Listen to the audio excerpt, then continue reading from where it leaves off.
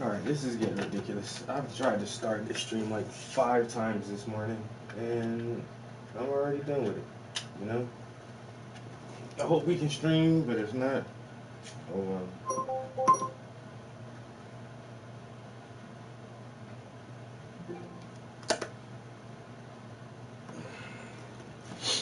I guess we'll see how long this holds out. But I'm not very hopeful this morning. Not very hopeful at all.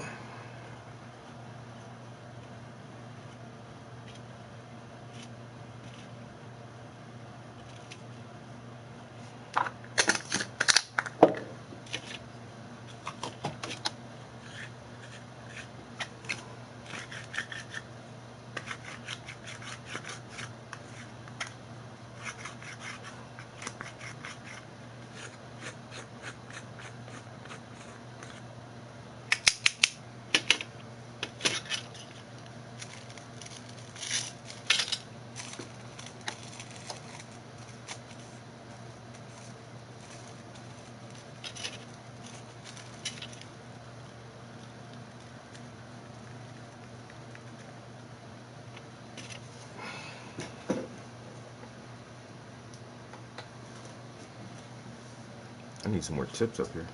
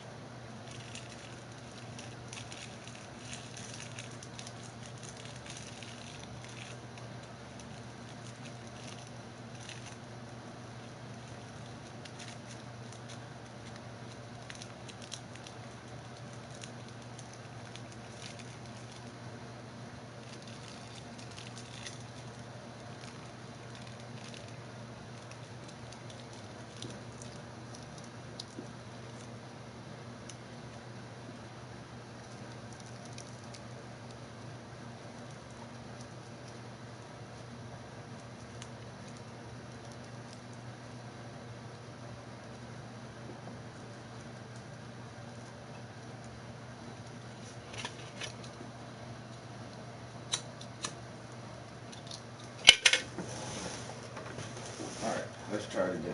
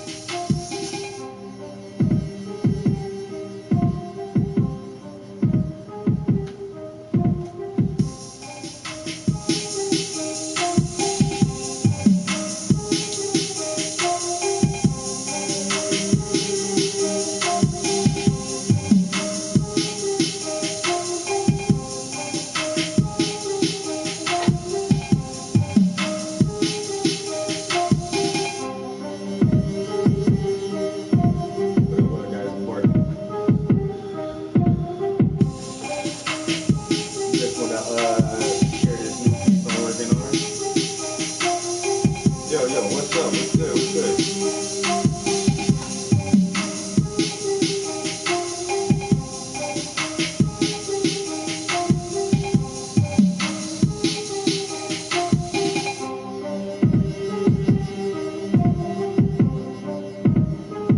Oh, I thought somebody was trying to jump in.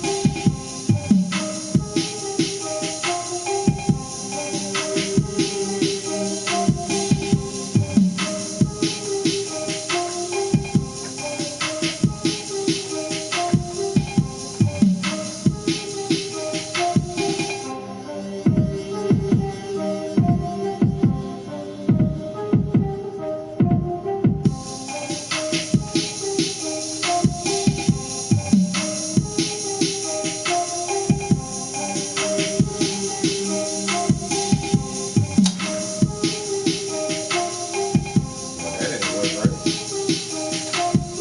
if I do this one. All right, that might be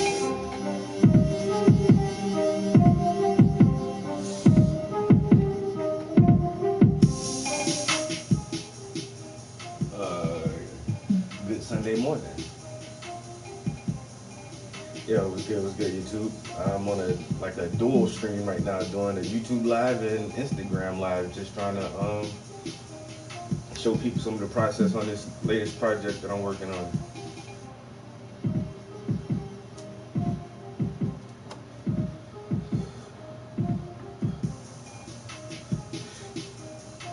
So I'm adding to the Whisper series. I started the series like years ago with just one painting.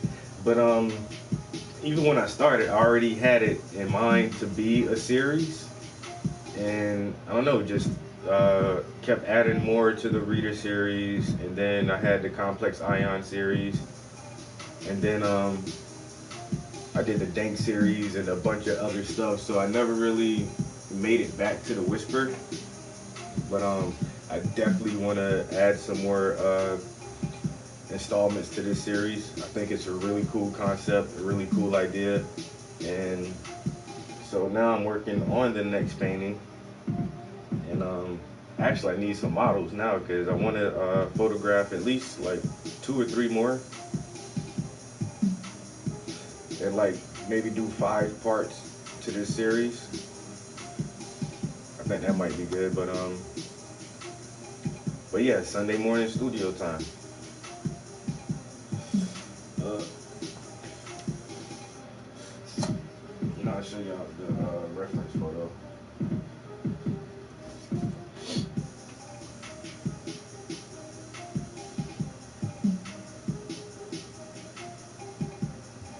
Yo, it was good, man. It was good.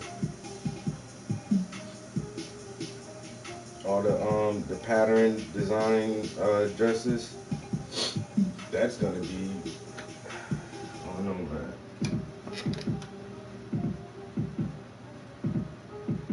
It's pretty fun. I think it's gonna translate into a really nice painting.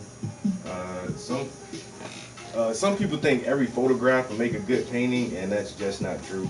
And I'm not a professional photographer either, so I try my best to get a good picture. But I think this one, from that day, that photo shoot, this was probably like one of the better pictures that I was able to get.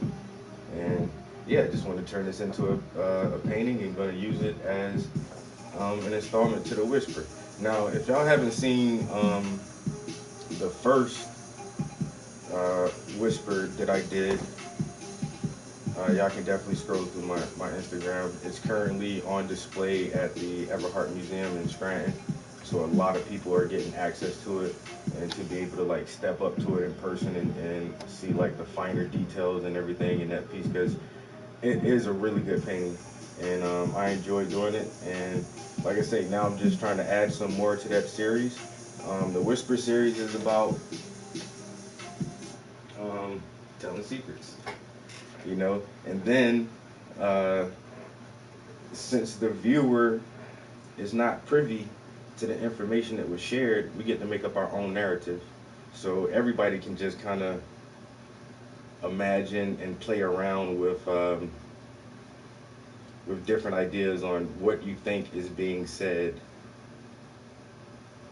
you know? And I like that. It brings us into the narrative. It gives us a chance to help create the story. And so it's very open ended.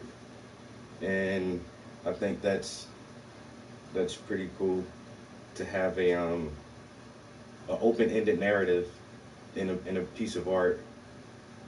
And like I say, you as the viewer can create your own story.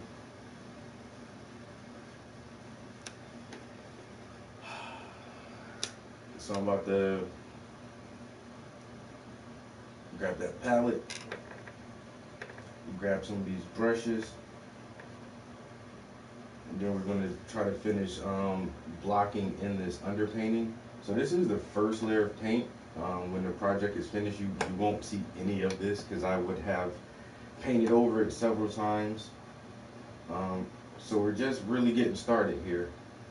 And so trying to lay down this foundation layer just to get my tones and colors like deep and rich.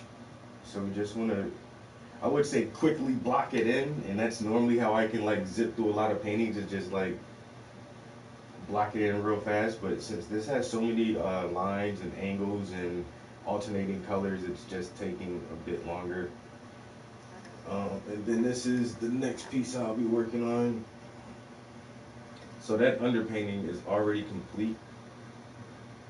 And so after I finish this underpainting, after I block all of this in, I'll set this to the side and let it dry. And while this is curing, I'll pick back up on this one, and I'll start detailing that piece.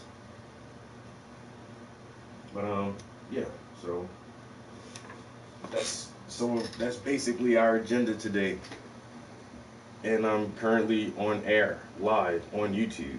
So if you guys want to stick around in the studio for a little while, hang out, chill, and watch some paint dry, you guys are more than welcome to hop over to the YouTube channel.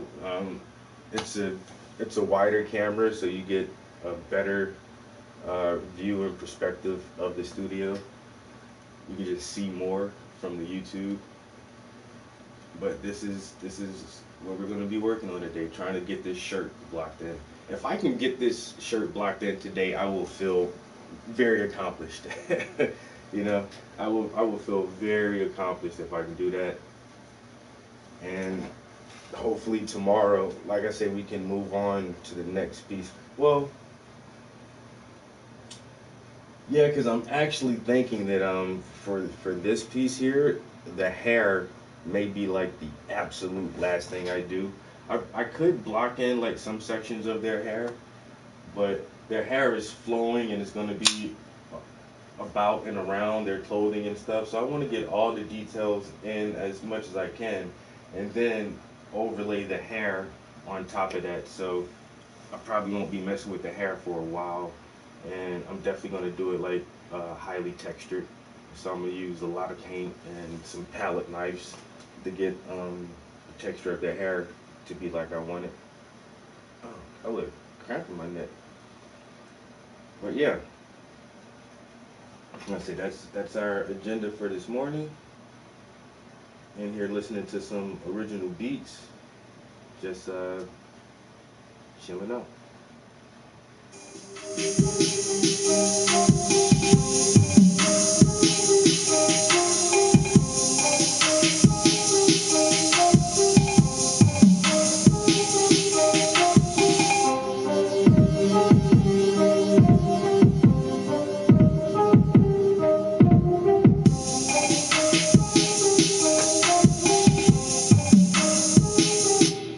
Let me get a rank on yo, on a scale of 1 to 10,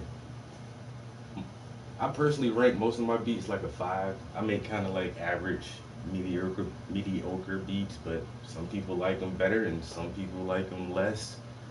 But if y'all had to give this a 1 out of 10, what would it be?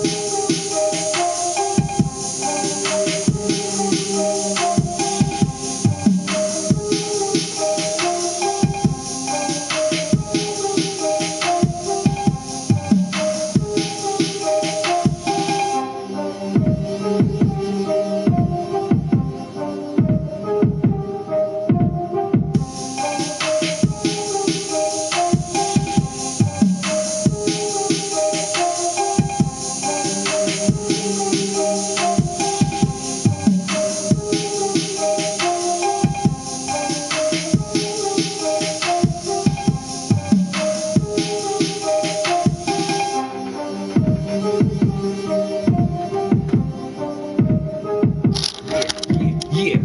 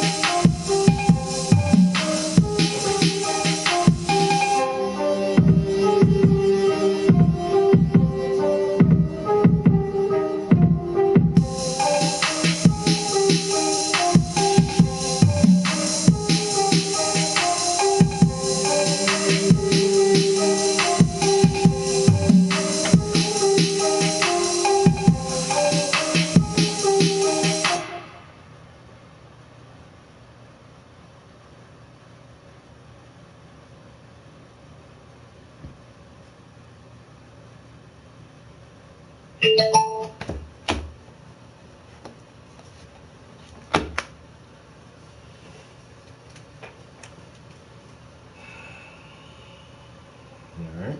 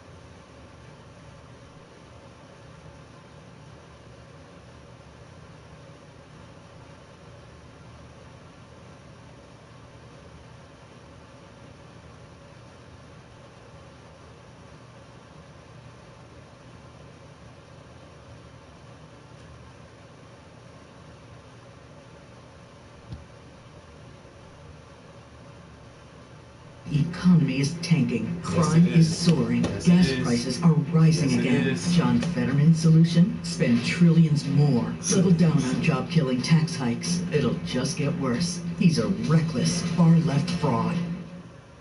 They do the incredible. Help save lives. So can you. Your CSL plasma donation can help create 24 life-saving medicines. Be rewarded for your generosity. Help save so many lives. Donate at CSL Plasma today.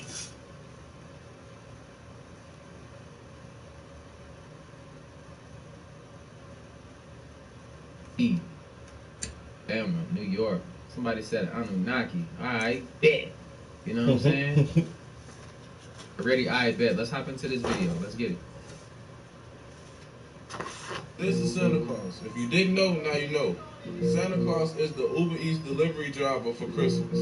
He lives on the coldest part of the planet, which is the North Pole. Santa was originally seen flying with 8 reindeer until 1939, when Rudolph the Red-Nosed Reindeer came about. Santa, or Saint Nick, also has a twin brother who lives at the South Pole, which happens to be the hottest part of the planet. Krampus is Santa's equal half. Santa will drop off the gifts to the good kids, and Krampus will go for the bad ones and beat them with sticks. But if Santa is based on Saint Nick, who is he based on? We know Google be lying sometimes, but man, Facts. came across this question: why does Krampus have one hoof? And it says Krampus was in fact once a human, and therefore turned into the beast that we know today. And his human foot is the only piece that didn't turn. Stay tuned for part 2. A huge medical breakthrough as a cheap and effective cure for blindness may have just been discovered. Scientists in Sweden have created a cornea implant made out of collagen gathered from a pig's skin and tested it out on 20 volunteers, 14 of which were completely blind. And in the 2-year follow-up, the study reports that all 20 volunteers had completely regained their vision and experienced no adverse effects from the surgery. Now, to put how big this is into perspective, currently, as it stands, a person suffering from blindness or poor vision can only see again if they get a very rare and expensive corneal transplant from a human donor. But now, pending further research, they say that they're hoping that this implant will be able to restore vision to millions of people around the world. You know what's crazy about that type of stuff is you get y'all know y'all seen them movies where you basically putting other people's energy inside your body if you get a human transplant on top of that. But then if you get something from an animal, come on now. Don't want to be oinking around this motherfucker, do you? Out here, you know, show me shit. Nigga, you better give me my motherfucking land back. Give my people their last names back. Let motherfuckers their languages back. Teach my people about magic so they can stop thinking I'm lying. Let us see the FBI file for what y'all name me and my people. Black extraterrestrials. Let us see that. That's what we want. Nigga, can we get the truth? Nigga, fuck a holiday. Nigga, give us the truth, nigga. Yeah, that don't cost nothing. You ain't gotta sign no laws or nothing, nigga. We don't want no holidays. We don't want no reparations or none of that shit. Just give us the truth. Nigga, we can't get the truth. If we can get the truth, y'all would be fucking with Rashad Jamal on YouTube. Fuck out of here, nigga. Every last one of you bitches gonna melt to the asphalt that y'all create. Getting aggressive. In 1951, the United States started the Invention Secrecy Act. This basically meant that any new invention that the United States deemed as a security threat could be completely hidden from the public. But there's a theory going around that a lot of these inventions may not necessarily be being hidden for our safety and our security, but for the sake of the U.S. economy and the major corporations that will be threatened by the newer and better technology. Some of the speculated technology is the water fuel cell, which would allow a car to be completely fueled by water, Tesla coils, which was supposed to provide free energy to entire cities wirelessly, and anti-gravity technology, which would allow any vehicle to basically free float in the sky and go as fast or slow as it wanted to. Now, people could just be reaching, who knows for sure.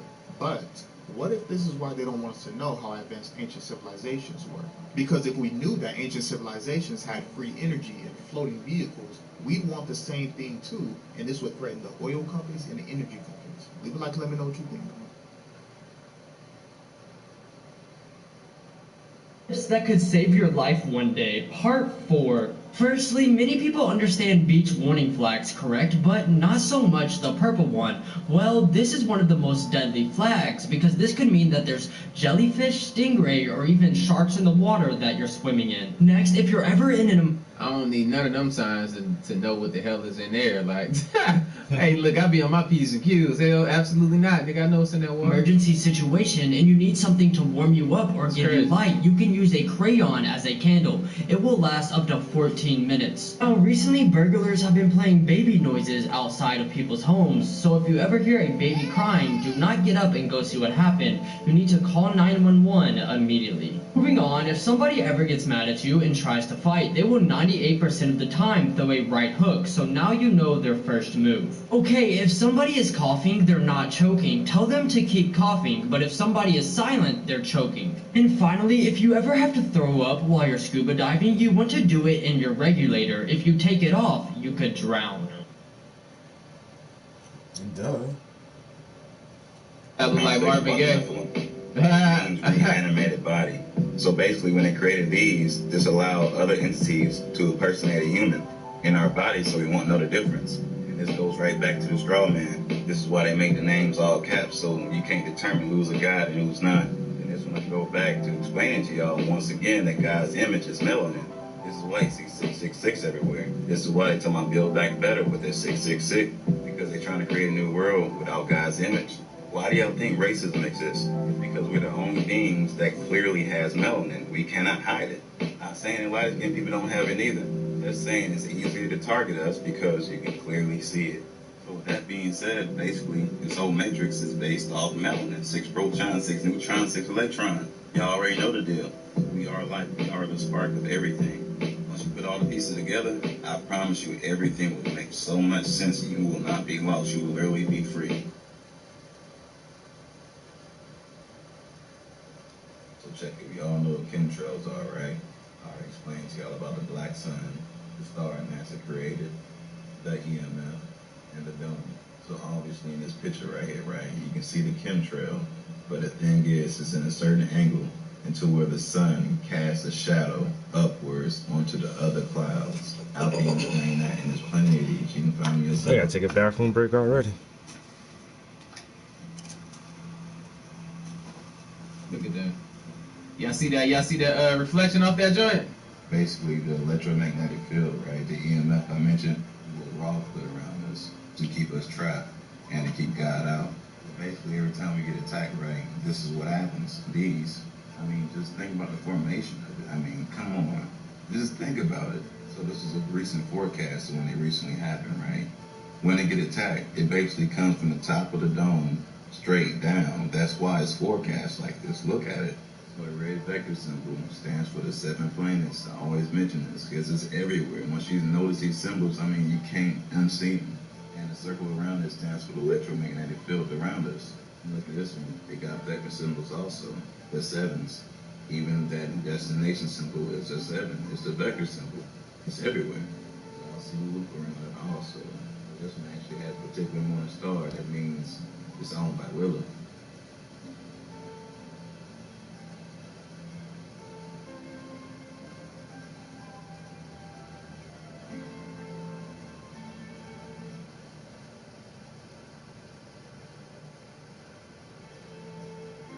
I'll show you a few photos with contrast and no contrast. Yeah, y'all see what's happening here, right? So it gives you a deeper understanding for the whole blocking of the other suns and stuff like that there. Mirror is right here in different photos, different locations. Look at that shit.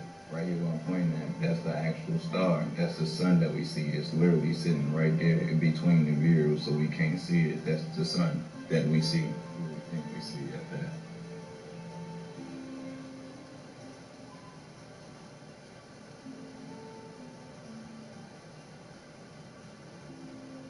You see this photo right here shows that the matrix is breaking down.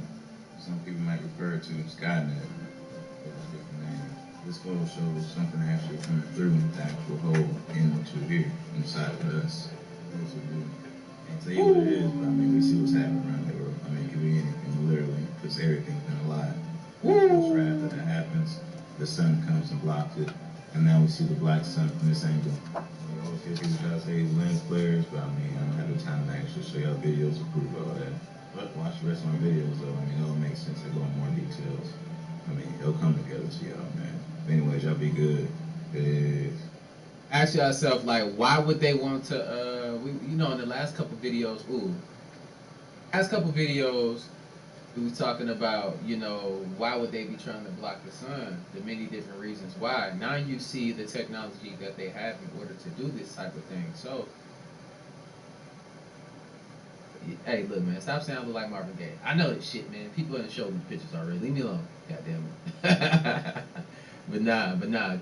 But it's reasons why the sun is emitting plasma energy, man, that's coming back here and it's changing our DNA. And if y'all haven't looked it up, like I told y'all, I implore y'all to go look that up the way that it's been documented. They've already even told you that it's changing. I just want y'all to go do your own research and see that it is changing our DNA. A bit more comfort knowing this information. I need to stop drinking soda. I used to love pop more than anybody. I used to drink Sprite every single day, more than water. But that was until I found out how bad it is for you. You know that Sprite contains an ingredient called sodium benzoate? Sodium benzoate is derived from petroleum, which has been linked to DNA damage and neurodegenerative diseases, including Alzheimer's and Parkinson's diseases. Drinking Sprite is damaging your DNA and slowly making you dumb. But let me guess, it tastes good and we all gonna die someday. But do you realize why you're still living? You on a way lower frequency and feeling way more fucked up than you should be? That's why you always have headaches, you might feel sluggish, you might just have some problems with your body, you don't know where it's from. Because of how you're damaging your DNA and the bullshit that you're putting in your body. Your DNA is more than just this life, so now you're fucking up your kid's lifetime because you want to damage your DNA. And did you know that Coca-Cola contains so much sugar that a person will vomit as soon as you drink it? They have to add phosphoric acid to help you be able to even drink it in the first place. Phosphoric acid is used in cleaning products and can damage metal. You're putting that shit in your body. You have to understand, when you eat or drink something good, it's temporary pleasure. That shit goes away in like 5 minutes. Now your body has to deal with the long-term effects on whatever you consumed. I love y'all. Right, just like if you don't pull out, you got to deal with that shit for the rest of your life. But no, that's real shit though. Like, look, don't let these little temporary lapses in judgment, man, mess up your longevity, We got to get better at this. Saying don't have cheat days, but stay away from soda. Guys, I have a crazy Just zombie terrible. theory for you today.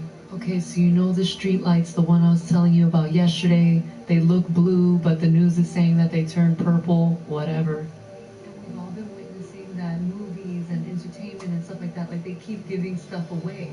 Well, I just finished playing the new Dying Light, and interestingly enough, the only way to ward off zombies and stuff like that was using a purple light.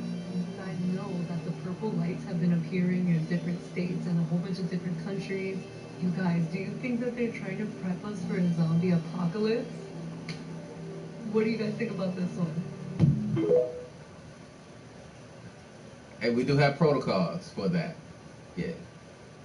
Alright, so check it. Y'all see that You know, phrase, in God we I know what trust to do. with all our money, right? This is God El, the leader of the Elohim. He is the God they tricked y'all to trust. And you can see there's 13 stars representing the 13 families that took over, which also doubles as the Seal of Solomon, the 6-point star. And of course, we got the eagle. As I mentioned before, the Elohim was at war with God in heaven. So when you fell in frequency, the RTs, which I have right here, so you understand what I mean, because I can't say it no more, took control over mankind and put us in slavery, as we are today. I want y'all to understand this part, though. The Bible is made by Baal, which is the RTs and the Elohim. It's like the Tower of Babel. You're literally saying the same thing. It's just spelled differently.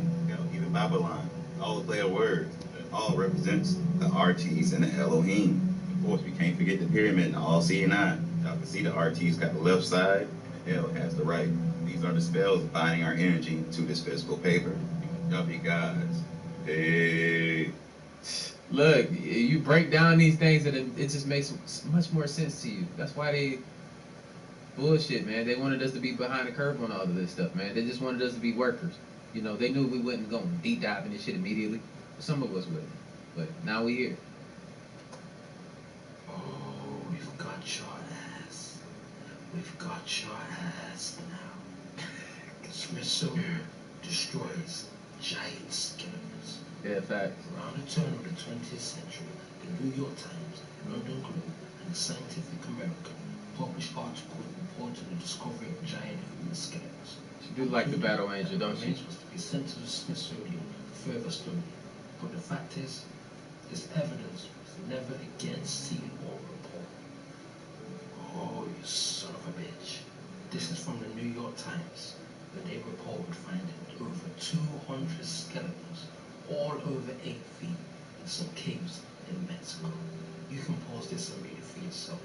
But it goes on to say, anytime anyone found giant bones and reported it, Smithsonian would turn up by your door, claiming that they're going to take it to a museum, but it will never, ever see again. The US is not the only country in which these alleged giants of antiquity are said to have been found. In fact, there are accounts dating back several millennia with speeds of encounters with living giants or the relics hinting at their existence. So if you're wondering where all these giant skeletons are gone, I suggest you ask the Smithsonian.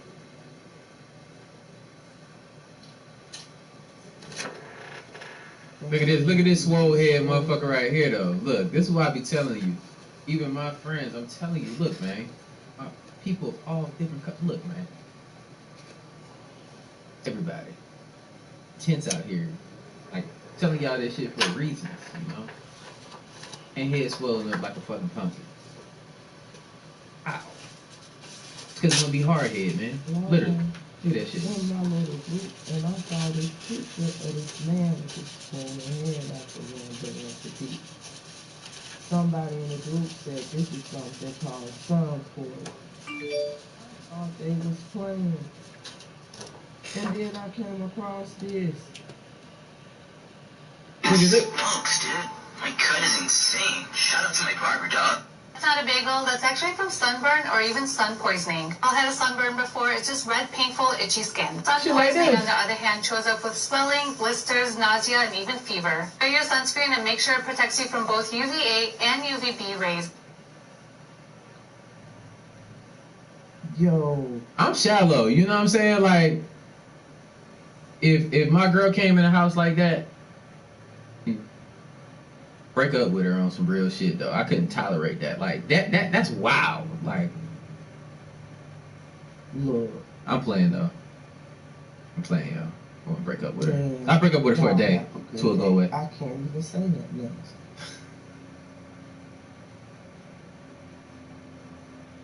Poison is a real thing. In life, you don't even gotta be woke or conscious to realize that they are trying to destroy nature. Now, blocking the sun to control global warming. Let me tell you what global warming really is, or the climate change, and how we can actually fix it. Their global warming and climate change is a myth, it's fake, it's false, it's part of the matrix. The reason why they don't want us to tap back in with our ancestors is because our ancestors knew that our emotions actually changes the weather. We can make it rain, we can make it snow, we can make the sun come out if we are in tune with our higher self. Heart has actually been controlling the weather for a long time. This is why the rain is fake, the snow is fake, and people are now really fake. They've been hitting us with low vibrational frequencies, with music, television. Now we are dealing with heart. The matrix is controlled by the moon and the moon phases, because these phases actually represents our energy. This is why every time there's a new moon, the media always try to push out some kind of fear tactic. The media purpose is to make sure you never be able to think on your own. And at the same time, they give you ideas to teach you how to think and what to manifest. Right. Make sure you pay attention to your emotions and your feelings every time the new moon starts, because your emotions is going to feed the moon and feed the moon until it's a full moon. And once it becomes a full moon, it do the same process over and over.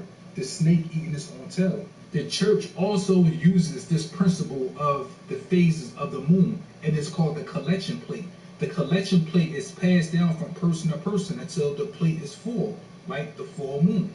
But once you understand how these control systems uses our thoughts to make things manifest for themselves, once we get this knowledge of how the moon works and how the sun works, then we can use this and reverse it and make it benefit us. They have to use every tactic to keep us from waking up, because they fear if we wake up that we're going to want revenge on what they did to us. But real spiritual beings don't care about this. They just want order and they want things to go the right way. Who cares about revenge? Karma always catches up with everyone at the end. Remember, these people have no power. They only had the power we give them. They cannot destroy the sun. They cannot destroy nature. They are literally parasites. They only feed off of our actions. Look, and that's why I tell y'all, look, that's why I am the way that I am, because I do agree with him. I don't care for no revenge, no nothing like that. See, a lot of people be on the wrong stuff. Just take care of you and yours. If we have to fight, then we gotta fight. Simple. You know, but I'm just saying, we don't lead like that. We above that shit. Past that, you know, we can get in our debates and do all the other stuff, but as far as like violence and stuff, that violent mindset is crazy. Now, if we had to, like I said, yes, we stand our ground, we do our thing for sure. You know what I'm saying? But we better than that. We better than that. We need to learn how to manipulate what we have and just make this shit start to happen. You know, everybody can do that. Get caught up in bull. Keep you away from the information. Told me that this pole shift will probably happen from start to finish in around 28 minutes. That doesn't give you a lot of warning. When you see that thing out there in the sky, you're going to have to run as fast as you can to your underground facility, because this is going to happen so fast. Now, see, here's another thing nobody's talking about. You've got this giant iron planet that they say is 47,000 miles across, getting ready to come up past us, and when it starts to approach us, it's going to start and have real serious effect stuff. And so, you know, and it does sound reasonable to me, knowing what I do about electromagnetic energy, that this could happen, and it very easily could gut everybody's brain for everything they ever knew, and they'll stand there and pee in their pants and go, gee, what was that? And that's if they still know how to talk. And there won't be any doubt in anybody's mind, because this thing's going to look like a big red dragon, exactly like all the ancient Sumerians and the Chinese and all the rest of them that had documented this thing's passing before. It didn't look like a white ball or a snow cloud or nothing. It looked like a big red iron oxide dust cloud with a superheated star in the middle of it. And I mean, you know, and that's what we've seen. So, you know, I don't care what anybody else says. There's a possibility. There's more than one thing out there. You know, I watched it through the Hubble Space Telescope, and when this thing looked like it was across the street, the Hubble got cut off and they encrypted it, and that was the end of any transmissions we had to watch. And we know that the Hubble, in order to be in the shadow of the Earth, had to be at an angle, and so that meant it was looking downward.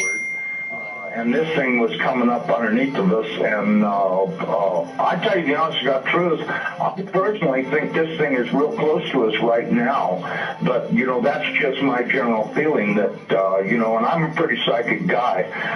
I have the feeling that this thing is right close by and that we're going to see it any time. I mean, I've been doing everything I could do to get prepared for it. I'm really worried about what Jesus says. You know, when the fig tree is putting on its leaves, know that summer is near, and I'm at your door. And that worries me. I heard what he said, though, right? Have traded children as food and drugs, and any technology. Yeah. And check this out. Did y'all hear how fast that shit is supposed to happen? Have y'all seen that movie yet? I think it's on Netflix. It's called Don't Look Up.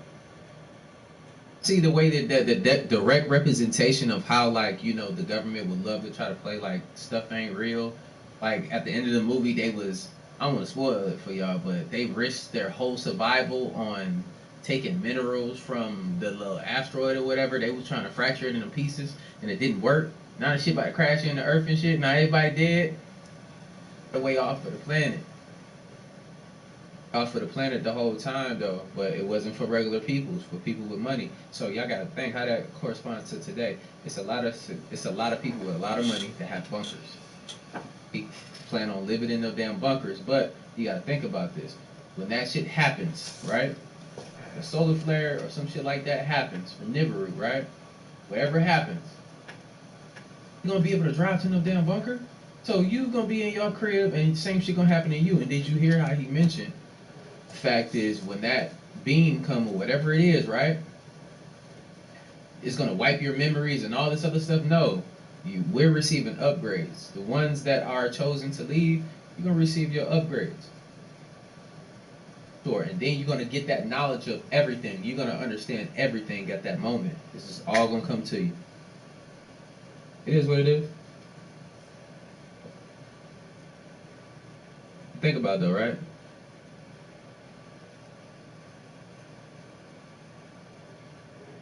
Hey, quick question. You ever heard of Tartaria? Look familiar? Rumors to be that a lot of these old structures with rods on top of the building actually are bigger buildings and built on top of other buildings. I advise you to research mud floods, right? Look up the definition, they give you mud flow, which is a fluid or hardened stream or avalanche of mud. Avalanche? Don't that sound familiar? An avalanche is a mass of snow rapidly falling down a mountainside. Ice age. What if I told you that was a mud age and it happened not too long ago? Right. See, when you in your city or the ghetto, you know what I'm saying? You see buildings like these, but what you don't see is this. What's under? You don't ever ask yourself, what is this? Is that a window? Is that a door? What is that? I'm here to inform you that that piece of door or window was built on top of a greater structure. Found everywhere, y'all. They just build on top of the shit like it was never there. Melanin, natural melanin, that it's far more likely that melanin will be coating the nucleus, the cell wall of the nucleus of DNA. Now the point about that is that ultraviolet light, which is often used to slice DNA, is blocked by that melanin. It absorbs it. It doesn't allow it in to interfere with the DNA. That's a lot more what you think. This is Nigel's thesis, that this was a blocker for them when they were trying to genetically alter the species. And therefore, when maybe just out of random mutation, something like an albino came along, they discovered, wow, we can get straight in. And it may well be that the paler-skinned nation of the people on the earth maybe have that pale skin because of this genetic experimentation to make things easier for them to work on human DNA. And in fact, Professor Steve Jones argued that this... The lifestyle police is watching you. Yeah, I get what they were saying. So the melanin, like I told y'all before, it does a lot more than what they say. You know, it protects you from a lot of shit. Everything. The shit is a superpower in itself. So, you know, like when the albinos came, it was easier for them to manipulate their DNA because they didn't have those amounts of melanin within them. So our melanin is a defense mechanism. It helps us, bro. Like, that's why we got ultra instincts and shit. Y'all see the way we move? Shit different out here. Too much money. How does that happen when you catch a crackhead? Like the FBI? Yes, please. They got something out here called the lifestyle police. This is some free game to all you hustlers out here. If you don't got a job, if you don't got an LLC or a motherfucking corporation, you don't have no positive cash flow to where you got some income coming in and you out popping in bottles every night, nigga, they own you. Hold on, let's talk for what? That's a heat pack. Lifestyle police. They're stalking your lifestyle. They're looking at your lifestyle. You got niggas in there with gold chains, nigga. They pulling up in Lambos, all that. Nigga. Oh, they them peoples, bro. They would get up under you, and they would just record and take notes of how you living your lifestyle. And if you in the club every night and you popping aces, nigga, 10, 12 aces, you feel me, every night of the week, they will start investigating. Alright, so one Shay used to ask me why did I feel some type of way about Martin Luther King. Specifically because he had a lot of entanglements with the government. You know, late night phone calls and such.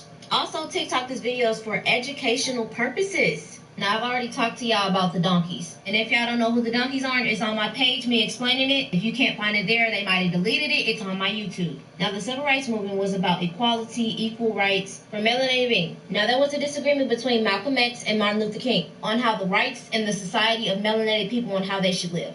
Now, Martin Luther King was basically telling us to integrate into their society. And Malcolm X was basically saying, why would we be around people who don't want us around? People who literally made it very clear that they don't want us to be in their society, who consumed us, who oppressed us. And he couldn't understand why Martin was saying such things, to want to be around them. Now, if you've ever watched X-Men, it's literally the same situation. This is Malcolm X and this is Martin Luther King. In the movie X-Men, the mutants who were oppressed and treated wrong, we are them.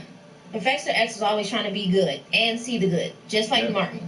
This movie 100% explains what's going on between black people and white people. Professor X wanted to work together with society, but it didn't end so well. Same way with what's going on with us. Now let's have a look at this picture. He's sitting with President Lyndon B. Johnson. And the only reason why Lyndon B. Johnson is even allowing Martin to sit in the same room as him is strictly because he wanted to devise tactics with him to get the black people to get onto the Democratic side. As you can see in this quote here, I'll have these voting Democratic for the next 200 years. And we are doing that today. Now, this is a quote from Martin because he did realize that what he did and how he moved the movement was wrong. We have fought hard and long for integration, as I believe we should have, and I know that we will win. But I've come to believe that we are integrated into a burning house. Now, when Martin starts to see the dirty trick that happened between him and the oppressors to try to get equal right, he ends up getting assassinated right after he said that. I don't care how many cameras they put on police, how many laws they try to make and say, oh, this is ethical, we're trying to give y'all the same rights as we have. No, this whole system was built off of their grandchildren already know that this system is built for the benefit of them. You cannot change the foundation unless we knock it down, and you need to know exactly what the foundation was built off of. This was to be a nation for white people, and for him to say that he wants to be in the white people's nation, it just made me feel a little weird. But in the end, he did see that what was going on was wrong. And I know he had the good intentions of the Professor X type energy. So y'all stay dangerous. More content on my YouTube. Facts. That joint goes deep, man. Like, wow. You know, we're going to keep going. That's deep. I ain't even got nothing to say. Question. Do you talk to yourself? If the answer is yes. I do got something to say. Look, he did say, look, that's the type of shit that get me, though. Like, he did say we have these motherfucking Democrat for the next what? Look, man, look. Just off some shit like that, don't do it. I love when somebody try to tell me what I'm going to do. You feel me? Then I will show you. Do you respond to yourself? If the answer is yes, then you're not weird. Society has taught us that talking to ourselves and responding to ourselves was weird or a form of schizophrenia. Like everything that has a balance, self-talk has two sides to it. Things you want to say to yourself will be like, whoops, I made a mistake, instead of saying, I'm so dumb. Because when you say, I'm so dumb, you program your subconscious to really think that you're dumb. A study was conducted where they spoke to a plant with positive energy every day, said positive affirmations. That plant grew. They spoke to another plant with negative energy, negative affirmations, bad energy, and that plant died. The system will teach us that there's something wrong with self-talk. So we often look for things to avoid self-talk and do it subconsciously. When we subconsciously speak, we cast spells over our lives with words. I be telling y'all that every video. So y'all heard of 33rd degree parallel, right?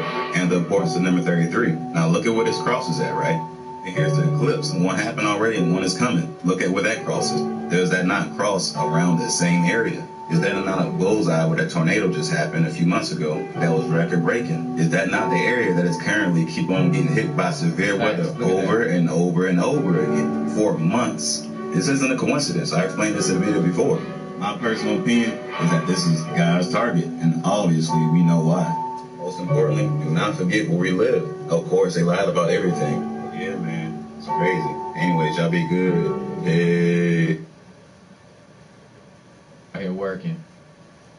Google searches in Russia have had a massive spike for how to flee the country and how to break your own arm. If you didn't know, this week Putin called up 300,000 reserves, which caused mass panic, and as a result, hundreds if not thousands have been attempting to flee or avoid being drafted. Widespread draft protests have broken out all across Russia, with 724 people being arrested across 32 cities yesterday alone. And on top of that, Putin signed fresh decrees on Saturday imposing punishment of up to 10 years imprisonment for any soldier are caught surrendering, attempting to desert the military, or refusing to fight. He also signed orders granting Russian citizenship to any foreign national who signs up to serve a year in the country's military. Big things are happening right now in Russia and Ukraine, and of course, I'll keep you guys updated.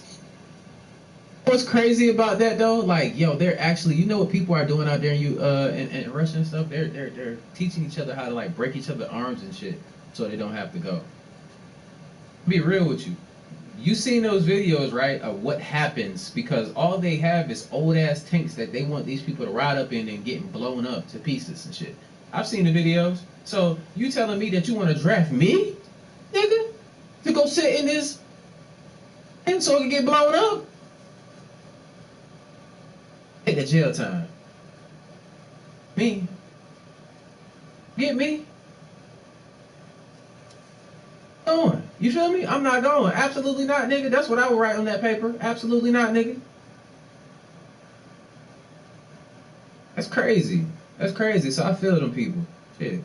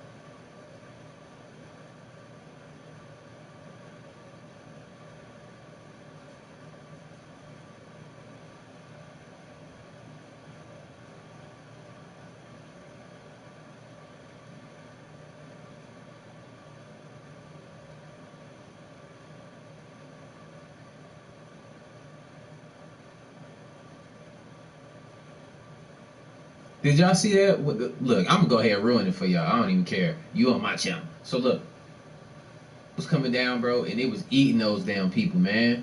Shit was eating those people. It was cloaked in the clouds, and it was like, you know, like they said, like ocean floor, so it has to be above, right? Above, so below, you know. I done messed up the saying, but y'all get what I'm saying, though, right? It's like a fucking stingray cloaked in the clouds, eating motherfuckers, and it was spraying people juice everywhere after it ate them. And you can hear all the people, it was just spewing people lemonade all in the grass, and you can hear them screaming inside of the UFO and stuff. The movie was gonna be like that, but it was. Crazy. Eat the chocolate nigga, though. Like chocolate, you know? Or his chakras was, he was up here with it. Feel me? The 369 manifestation method explaining how to use it. Nikola Tesla discovered the 369 method when he was studying the pyramids. He realized that anybody can bring anything they want into their reality. This is because everything is made up of energy, including your mind. And your mind gives off the most powerful frequencies in the world. It's similar to how satellites use frequencies to connect to your TV. The only difference is your mind is 1,000 times stronger. Think of your mind as a magnet that attracts anything it focuses a lot of time on. The 369 method allows you to focus on specific things so you can control what you attract in your life. So this is how the 369 method is used. You're going to start by writing your manifestations down 3 times in the morning, 6 times in the afternoon, and 9 times at night. Innerly Chocolate even spoke about this in a song called Bryce. Affirmations daily, that's why blessings keep on coming in. 369, when I wake, I write it 3 times, 6 times.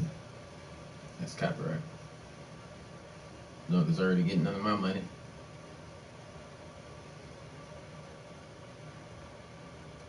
Well, the Hydra is actually real.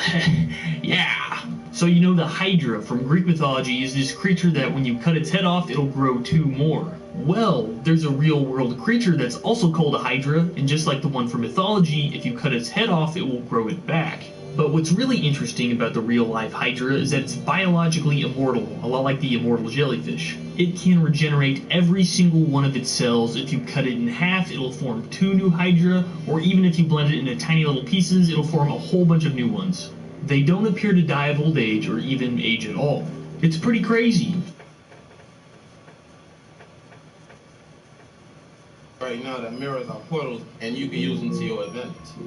Let me ask you something. Have you ever been talking to someone or something about someone or something, and that someone or something popped on your phone? I mean, yeah, the phone got speakers and a microphone, like it's listening to you. But like, let's just be real, bro. Have you ever just thought about something and it popped up on your phone? Yeah. Why is this? Just like all mirrors, the black mirror on your phone or the black screen pulls in the energy and reflects it back to you in the best way that it knows how. I'm not saying that we haven't been getting attacked. All I'm saying is we can feed off the attack and use it to our advantage. Because if I'm correct, if you have a dream and you want your dream to, you know what I'm saying, come to fruition, you want to see your dream repetitively, right? So why not repeat out loud what you want to your phone if it's not going to do nothing but put it in front of you anyway? That's all I'm saying. Facts. Hey, have you ever seen that TV show, TV series Black Mirror? It reminded me of that. Black Mirror, if y'all, hey, look, dope series if you want to check something out, man. It was basically, you know what the Black Mirror is. It just explained it to you. So, it was giving us a reflection of our reality or what's to come in our reality. And it was already showing, this was out a while ago, and it was already showing like how they're going to have like a social status score. That shit is wild. That was in there. That was one of the dopest episodes though. But they had a social status one, and the girl, she was trying to be so positive and so fake and nice to everybody the whole time, and her score was way up there. You can live in places you never believed of before, but her score was getting up there, just like a credit score. But she started to slip up, man, and her friends disowned her and stuff like that. Like, she messed up the wedding, and it was terrible, man. But she, after a while, she got it, and she understood, like, fuck this shit.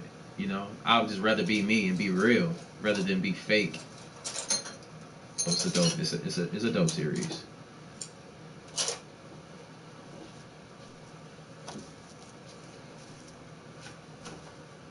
Googled, what does it feel like when you die? And these three things blew my mind. Number one, your consciousness might in fact go somewhere. In a 2013 study, scientists measured the brain activity of a group of rats as they died. But what's crazy is that after these rats were pronounced clinically dead, their brains showed a surge of global activity with levels of gamma waves that were more synchronized than in their waking state. In other words, it seems that these rats were experiencing something in between clinical death and brain death. I mean, all I can think is that they were all experiencing their very own version of this scene in rat heaven. The second thing I found was what this rat heaven would feel like for humans. An experiment in 2018 at Imperial London College found that people who had died but were later resuscitated had strikingly similar experiences to those who were tripping on a hardcore drug called DMT. So it turns out the experience of dying kind of feels similar to tripping on a powerful hallucinogenic. Not a bad way to go, I think. And number three, and probably the most scary, is that you can hear and feel things long after people think that you're dead. Research shows that when people die, they tend to lose their senses in specific orders. First, you lose your hunger and thirst. Then you lose your ability to speak and see. Hearing and touch, however, seems to last the longest, meaning that you will most likely be able to hear and feel your loved ones after you appear to be dead.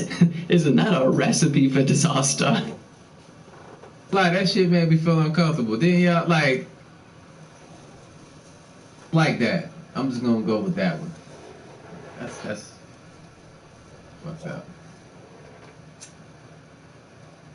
Chemtrails, the fake weather. Weather is fake.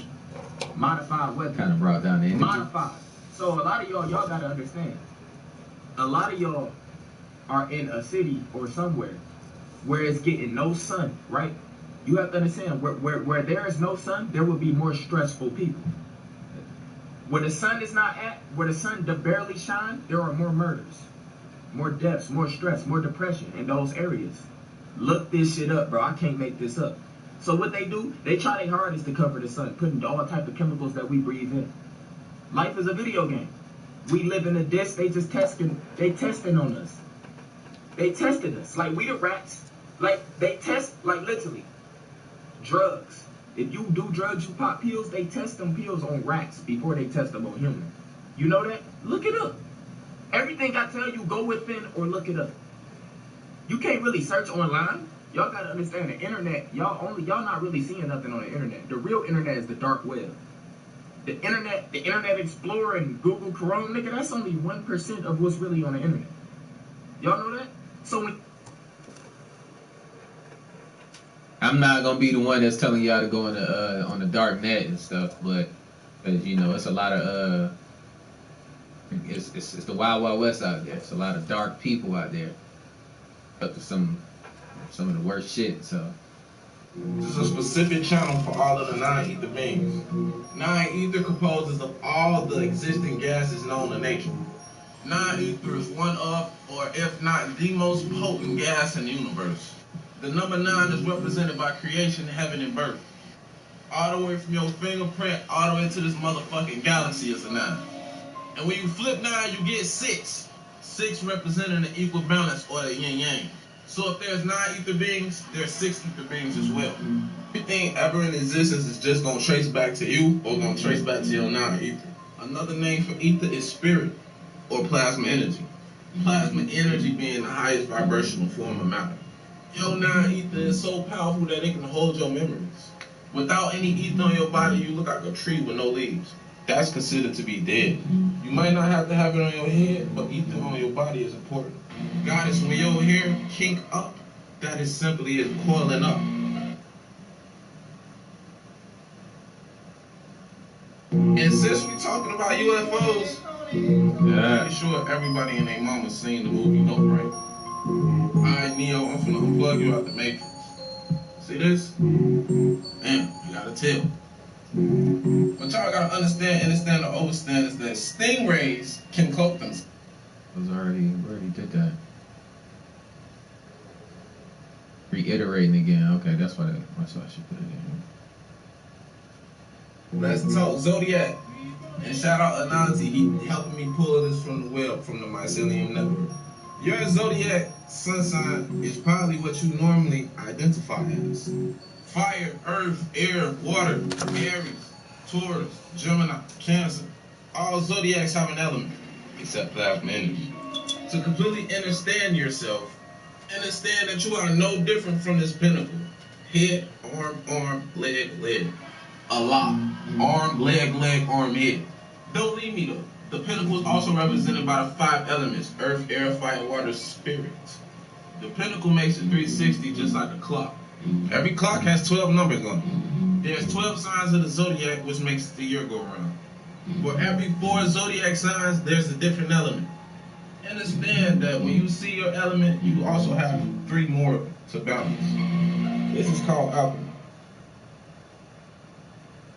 See, let me see my fire signs in here. Put the fire, whatever your sign is, put the emoji for it. Looking like water element though, for sure.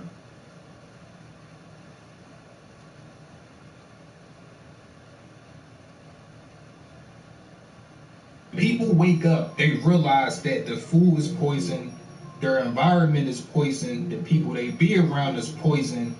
They change all of that, but they keep the same skincare products. Can't do it. I be talking to certain spiritual people, they be like, peace, namaste, and we gotta be healthy. And I go to their bathroom, I see stuff like this. More chemicals like this. More and more chemicals. When you throw away your toxic food, throw away your toxic skincare products and get some natural skincare. Throw away your toxic skincare products and get some natural, organic, vegan products. We have the cherry almond soap, banana sea moss soap, lemon lime sea moss soap. All these products have 100% natural ingredients. So when you jump on your spiritual path, try to make sure your skincare products is also vibrating at a higher frequency like you are. Check out the website. The link is in the bio. Facts though. Look, I wanted to end it on that one too. And mainly, look, check this out. I got, like y'all been asking me what I use on my skin. So I'm going to have that line dropping when, yeah, so I'm just put it like that, y'all. I'm going to end it right there. But look, I got something for you though. I got something for y'all to look at though. Check this out. This is something that I found. Somebody in history that, y'all remember Dolph, the rapper, right?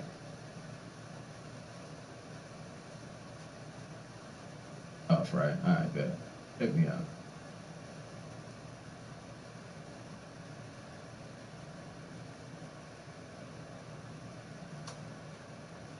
Yeah, something. This is gonna blow your mind. Who that is, anyway. But Neka, you already know what I'm talking about.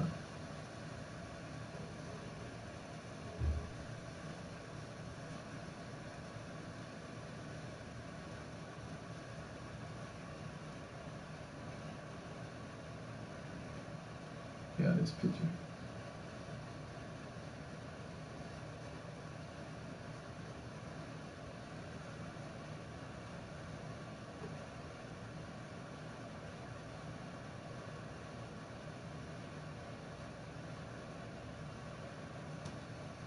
Okay. Yeah. Right there. Who was he? Place that right there. Yeah, I'm a Cancer.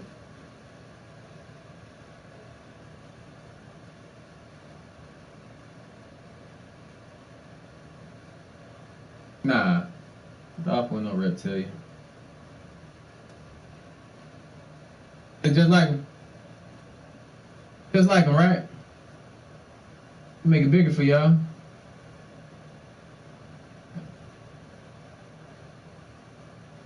The possibility that they knew who he was.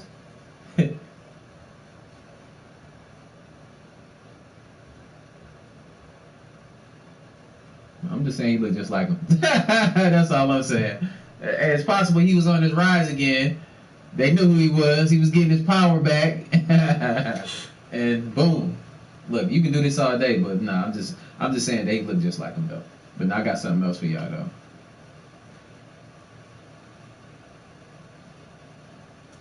Check me out.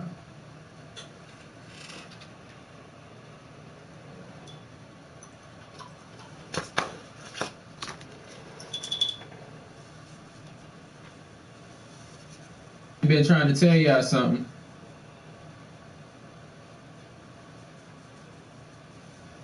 Shit. Never paid attention to it. I mean, I think you should start seeing what the brother is telling you.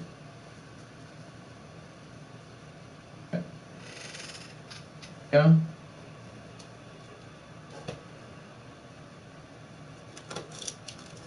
This album, I never paid attention to it. I never paid attention to it.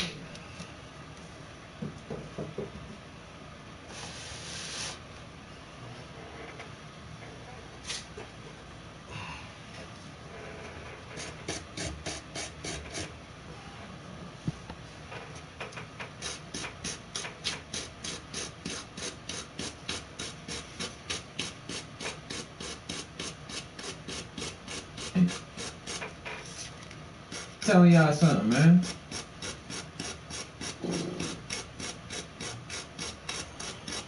We get too much caught up in the bullshit. Yeah, he know what's coming. You wanna know somebody else that just dropped the album that put out like some sus, like something to look at? Show y'all another one. It's crazy. I'm not saying that these people own something. I'm just saying it's weird that, you know, we talk about all this stuff and then all of a sudden they drop in stuff that goes right along with what's going on. Hold on.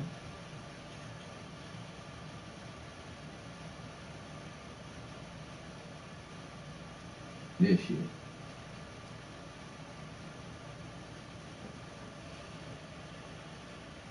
Telling me that it's not a whole lizard. They say it's a goblin. Right? That's a whole damn lizard.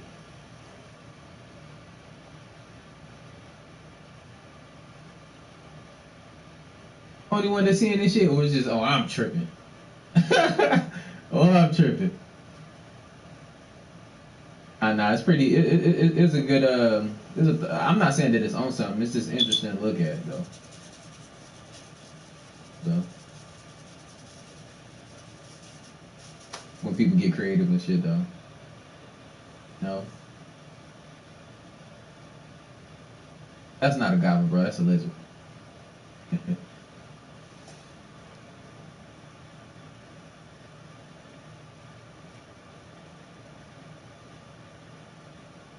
Think we are being mocked?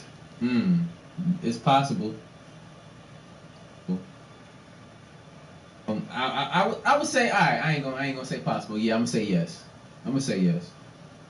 The simple fact is, we don't know. Everybody else pretty much know where the fuck they came from and shit.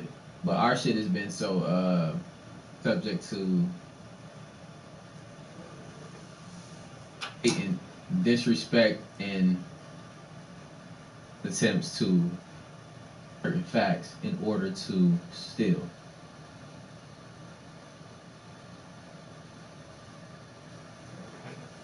One thing that's happening in the internet, which we are now, you know, we are the information, we're decoding it. We have very smart, intelligent people on here. So a lot of y'all on here that can be doing the same thing, you know. Out here, you know, writing books about this stuff. It needs to continue to happen. We need to start really telling all of our people about this type of shit, just to open up our minds. Not to sit here and believe everything you damn see. Just like them things I showed you at the end, like those covers. I'm not telling y'all to believe it. I just said it's fucking interesting. We the free thinkers over here.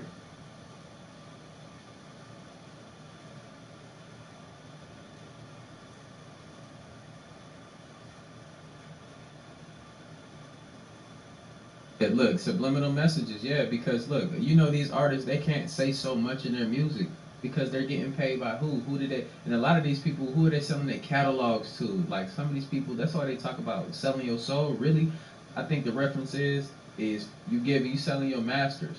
Now you got these people at the top, bro. Their families is eating off of your music. Hear about rappers catalogs of music being sold all the time.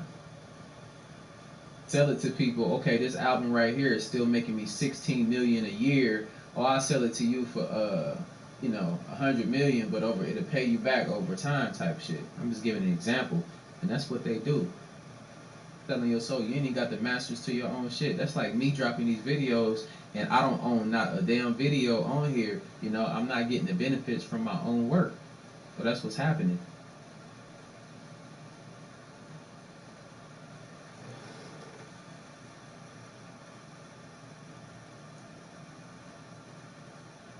Deja Vu a couple hours ago. Yeah, I get it all the time too. Then look, when these artists start to get hip and they start to understand what's going on, which I hated that some of these artists were caught up in those times, but you know, once they started speaking about it, you see what happened to them. Here, you feel me? Or they're gonna make you seem like you crazy, see now, and then they're gonna try to change all your fucking people on you. Oh, all of a sudden you hate your favorite artist because what somebody else said they said. Crazy.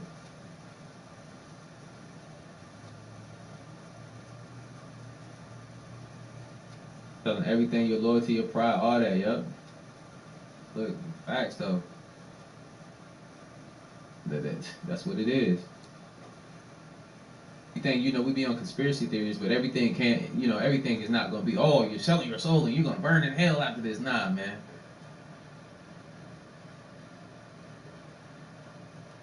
Could be they did him wrong. Not too much educated on fully what happened with that, but I know he kind of fell off, I guess, quote unquote. Not to me, you know, but I'm talking about as far as like how many people view him. I kind of did like that. People turned on him. I know that he was talking about flat Earth before a lot of people was even talking about it publicly. He was like one of the first people. He was popping at the time, and people wasn't fucking with it. You see it?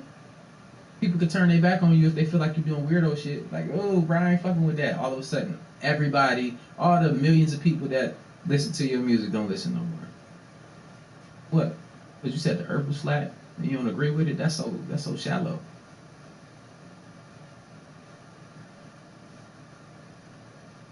Yeah. They was shutting everybody up, but they can't do that no more though.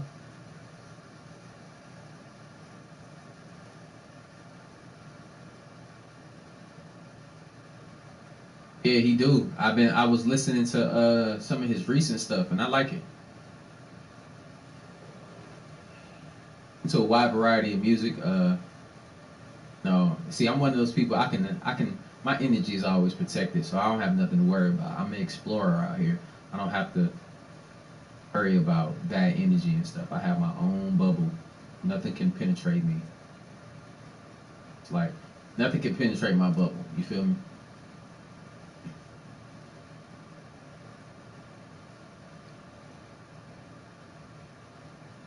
The ice walls. No, man, we can talk about them ice walls for a long time. Talking about them shits that they gonna be ice in a second. Like them motherfuckers are melting at a rapid pace, and that's why it's are being exposed once again. They're out there, and they're said to be the oldest ones.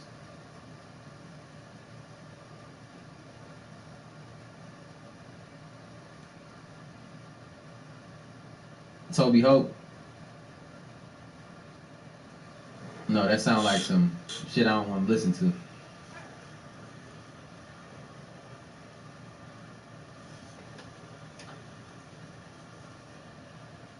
Yeah.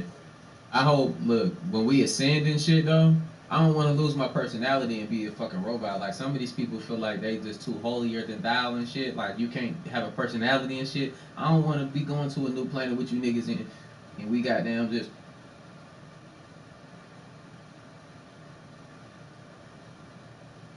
Is we still gonna have jokes and shit? Like, niggas just gonna be meditating and eating fruit and shit? Like, I wonder if I'll be able to crack jokes and shit, though. Like, I don't want to just be meditating with you niggas and eating fruit, bro. Like, traveling the galaxy. That don't sound fun to me. Be able to make music and do all that shit, though, right? I'm just talking at this point, y'all. I'm just saying.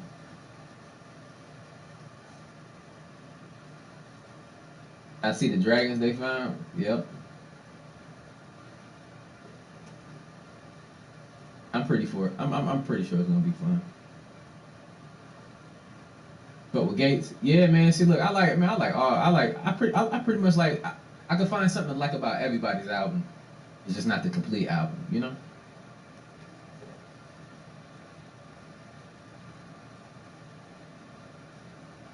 I would, we'd be able to speak telepathically though. Like, how would them jokes come across? Like, nigga, like, are y'all gonna be able to hear me like this? Like, that'd be lit though.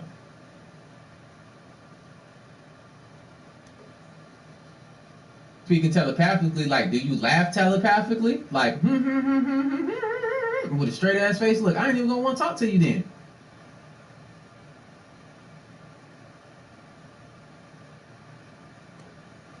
East Autumn, yeah. Man. Tell my skin flawless. I appreciate it.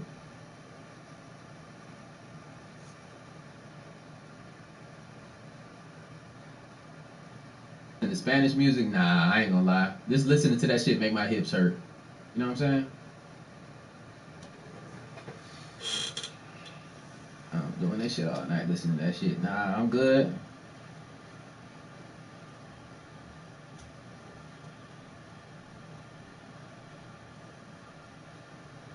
Get too much into it? Yeah, I know. I just be talking though. You ain't gotta take me serious.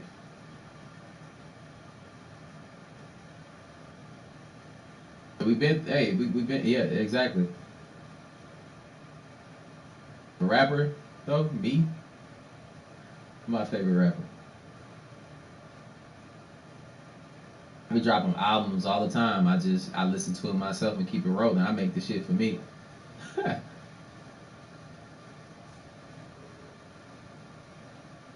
Yeah, did I know Jewish people were? Yeah, I said it on here. Talked about that.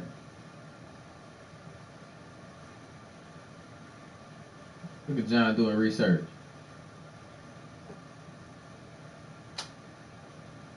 Salute.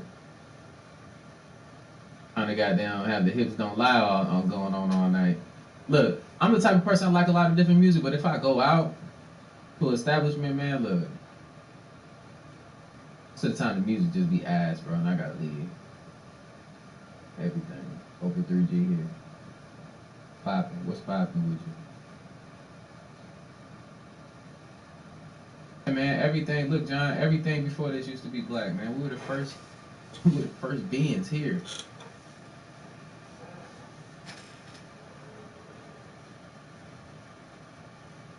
Look up, let's look up Mendel's Law. Mendel's Law. Be a lot. It steer you in the right direction. We don't have recessive genes. Other people can't create our genes from theirs. With that, we all different. Shit, it's whatever.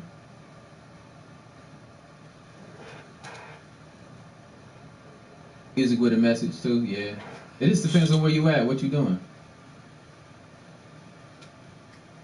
Drop something for y'all one day.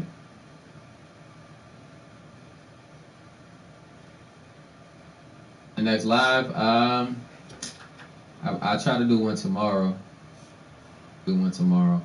I got my little lady here, man. We went shopping and stuff.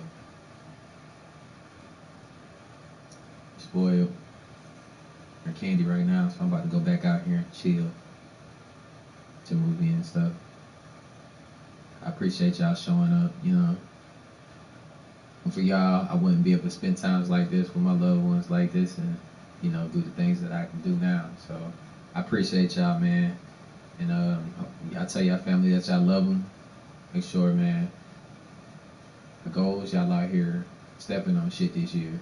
Merch coming soon. OG steppers, you know what I'm saying? We stepping on everything this year. All your goals. You know, no excuses. We don't make excuses. We make readjustments. You heard me? So that's what we do. No excuses, just readjustments. That's how we gonna get there. You know, one step at a time. But look, man, I appreciate y'all. Love y'all. Like I always say, spread love, because there's too much hate in this world. Love you. The economy is tanking, crime is soaring, gas prices are rising again. John Fetterman's solution? Spend trillions more. Double down on job-killing tax hikes. It'll just get worse. He's a reckless, far-left fraud. The coolest podcast in the world, and today we have a much anticipated and requested interview. Flacco has managed to get Reza Islam in the building. I'm very, very excited to have you here. Much respect due. How you doing, man? Oh, man, I'm doing well. It's an honor to be here. This is going to be very interesting. Very, very interesting. And, you know, he just asked me, you own your own network, right? In the sense that he's concerned, maybe he says something, it doesn't air, maybe there's some corporate overlords that he doesn't know about, and then it turns out that this doesn't come out. Let me tell you, if someone was going to get canceled for their opinions, this guy Flacco right here already would have got. Well, shout out G. Perico, because he definitely contacted me. Oh, that's my brother. He did? Okay, He cool. contacted me, and then I led it right to this man, because I know how important this is. Yes, sir. Yeah. Appreciate you, brother. Yes, sir. Man, yo, like we done had probably just about every controversial right person here, but I think that this brother here, it's not just because he's a controversial, right? Because they're never afraid of the lie. Correct. Is when you come and you are an intellectual brother, just like you said, like they're not afraid of black extremists. Correct. They are afraid of black intellectuals. Correct. Right? So why do you think that you've been just ostracized, treated like a pariah on all these social media sites, man? One, being a black man in America, number one, who's not only aware of the information, but who has it factual, not conjecture, not theory, but actual understanding of what conspiracies are, being articulate enough to say it, not being funded nor sponsored nor owned by anyone who will prevent you from saying it or spreading it, and doing it unapologetically. Pretty much that alone will make you a threat.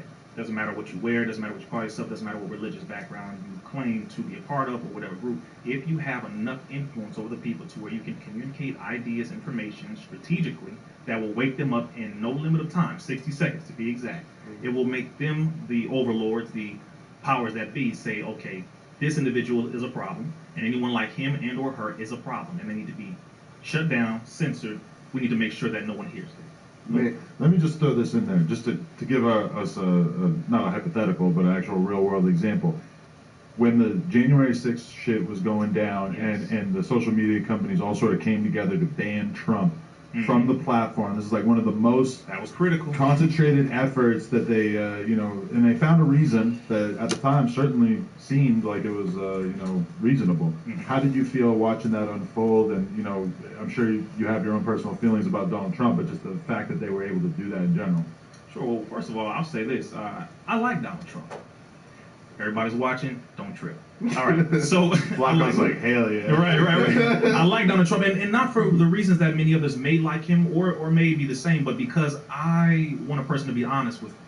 If you don't like me, tell me you don't like me. I don't need you to sit here and smile on my face, stab me in the back, as we have been victims of for quite some time. Tell me how you really feel. But the main thing when it comes to January 6th is that I noticed a person who was the actual active sitting president of an entire nation. You can censor the president of a nation, and no one is going to question exactly what the implications of that will be down the line for all the rest of us? See, I wasn't looking at, okay, if it was right or wrong. I was looking at the fact of, you just censored the president of the United States. What does that mean for anyone else below him? All of us. Anything that we're going to say. Freedom of speech, right? The First Amendment, freedom of religion, speech, press, petition, assembly. Okay, so what does that mean? If you can censor the president of the actual country, what does that mean? So again, at that point, I don't care if he's white or black, Republican, Democrat, Donald Trump. I don't give a damn. You just censored the president, which means I have no chance on these social media platforms. I'm looking at it from that perspective. Nothing else really mattered at that moment. Is there an ideology so dangerous that it should be acceptable for it to be banned from social media platforms? Like, I'm pretty sure like the KKK is banned from Twitter for the most part. Or like, but I also hear that like the Taliban isn't. We're partly funded by the U.S. government. Go ahead. I mean, like when you look at that, like, do you think that the Klan should be able to have like a thriving 100,000 person group on Facebook, and Facebook should just be forced to allow them to do that? Well, they do. It's called the Republican Party and the Democratic Party and all the parties. I mean, if you really want to go there, it's called Congress. Listen, one main thing that I don't do is I don't go into the blatant, overt things, because that's not how the powers that be move anymore. It's not blatant and overt to a degree. Some people will say, okay, this is blatant, this is obvious. But the people who wear the robes, who are judges, the people who wear the medical doctor robes, the people who handle the policies, they are the ideology. A lot of them happen to be black-faced white supremacists now. Okay, so this basically, what we're looking for is the wrong target. That's my point. We have to look deeper into this. This is why they don't like extreme intellectuals, rather, because we go to the root of a thing. That's what the word radical really means in essence, is to go to the root of something. You are radical, you're crazy. Why? Because I'm not going to compromise my beliefs, number one. Two, I'm not going to just accept what you give me. Number three, I'm going to question everything about you and what you say, and the main thing I'm going to question is your motive. So the thing we have to look at is, who is running it for real? And when you look at that all the way beyond the labels, beyond the religions, beyond the gender ideological pseudo-scientific nonsense, and of course beyond the, I would say, political parties, you see who really runs it. And that's why they don't want people to talk, because you're going to make people think above all the nonsense. All those things divide people. When you say international bankers, when you start going to who pays who, money coming from, follow the money, then you'll find out who owns everything, and at that point, then things will change. I got a question for you. You just sitting here on this platform, I would just, how do you feel, sitting next to him, a white man on this platform who happens to be an atheist? And also, a lot of people saying that he's a culture vulture, and you're sitting here. Like, how do you deal with that? He's the main person saying it. How do you deal with that? Very simple. Number one, I have to look at your actions. Number one, he's white, obvious, happens. Welcome to America, welcome to the world. It's 2022. Right. White. I mean, it happens. People are white and black, getting married, having children. It's a reality. What I look at is your motive, and I look at what you do with your relationship with my people. If you use that connection to damage the people, you got to be called out. Do I trust white people as a group? No, never will. And there's nothing you can tell me that will convince me of that. But I don't need to throw that in your face when we're doing things that can go towards benefiting the human family. But it wouldn't really be fair to say you trust any group, right? Like, if I were to say I trust women, I trust white people, I trust black people, it's like... Right, generalizations are not intelligent at all when you generalize, unless it's about good things, like every human being breathes oxygen, okay, or we need air, okay? Those are positive generalizations. But no, and again, I have to make that very clear so that when I sit down with people, you know where I stand, I know where you stand. But for him to have this platform, and for those of us to get on here to have these type of dialogues, I could go back to that old way of thinking, but then again, you have a black militant member of the Nation of Islam. Let's make this very clear, raw, sitting next to this white dude. And we're going to agree on a lot of points. You happen to be an atheist. I happen to know that a lot of atheists are very logical. And it's very sad because a lot of people who are religious are fanatical and they're dogmatic and they're not logical. They don't know how to think. They go by books, not in them.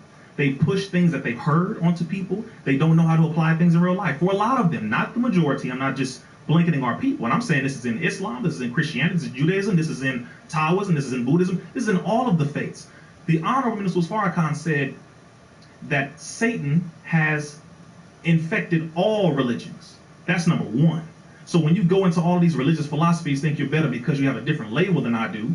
Number one, you just prove you don't know nothing about your own religious belief. That's number one. A lot of atheists simply don't believe that there is a higher power to a degree.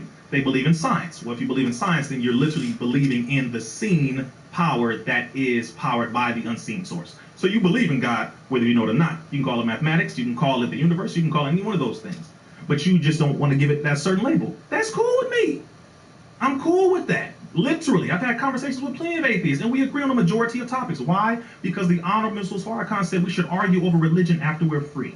The majority of what's going on right now is because of people who confess or profess to believe in some kind of God, but they don't actually carry it out in their actions. They're too busy doing things that go against what they say they believe. Because the weird thing about being an atheist is that you can agree with most serious religious people because, like, a Muslim disagrees with all of the other religions, right? I just add one more religion to the mix. You know, like I'm sure there's plenty of stuff that overlaps or that you take notes from or whatever, but you know, like me having a conversation with like a very, very strict Jew, I mean, we both agree on the idea that all the other religions got it fucked up, right? Got a lot in common. We agree on 99% of shit. And vice versa. It may be the same with other people in other religious groups, but I will say this. I've had conversations with people from every religious group that I just named and many that I have not named. And we come to the reality of what is happening in the world today. Religions have been behind, or should I say, the devil way of activating what you believe to be your religion has been behind the majority of lives lost on planet Earth. People who have used the name of Islam and have done devilish work. People who have used the name of Christianity that have done devilish work. People who have used the name of Judaism and practiced real devil stuff. And they say, this is the God I believe in, but you say you believe in this religion, and if that is what your religion teaches, then that's not a religion that can be used. That is not good practice of religion. That is a devil work, and that is dirty practice of religion. Let me answer this, because one thing I like about having somebody like Flacco on the podcast, and I will give you some time to talk at some point here. But it's because a lot of times the media acts as if Black people are supposed to be a monolith and have the same progressive opinions about everything. And if you've ever spent any time around Black people, you know that that's total bullshit. And so a lot of times people act like Flacco has done this like massive disservice to his people by existing because he has some right-leaning opinions, to say the least. How do you feel about that? Because it feels like that facade is really kind of rubbing off because people are starting to think for themselves more. Well, I said the first thing is when you're dealing with a group of people who do not know who they are, what their original practice of religion was and or is, they don't have their original names, they don't have their original culture, they don't know what the hell is going on anyway. That's point number one. I'm saying this to sober us and humble us as Black folk. You don't have a monolithic belief because you don't even know what that is. Many of us have taken on the ideology, the identity, the names, the cultures of people who conquered us. That's just very plain, simple, number one. And then number two, once we got out of that in pieces and areas and we go into certain areas, we get a religion here. All right, some of us are Catholic, some of us are agnostic, some of us are Buddhists, some of us are, Taoists here, some of us are Muslim here. It's all of these things because we're trying to find ourselves. One thing I will say is that us as a people have to come together and agree that one, we are one people, whether we choose to agree with that or not. Number two, the enemy knows that we are one people, so we should actually reflect a little more intelligence than he does. If he knows I'm a part of you and we're brothers, maybe we should get on that same page too, because he's united while we're divided. What the hell? What sense does that make? Your enemy knows you're the same.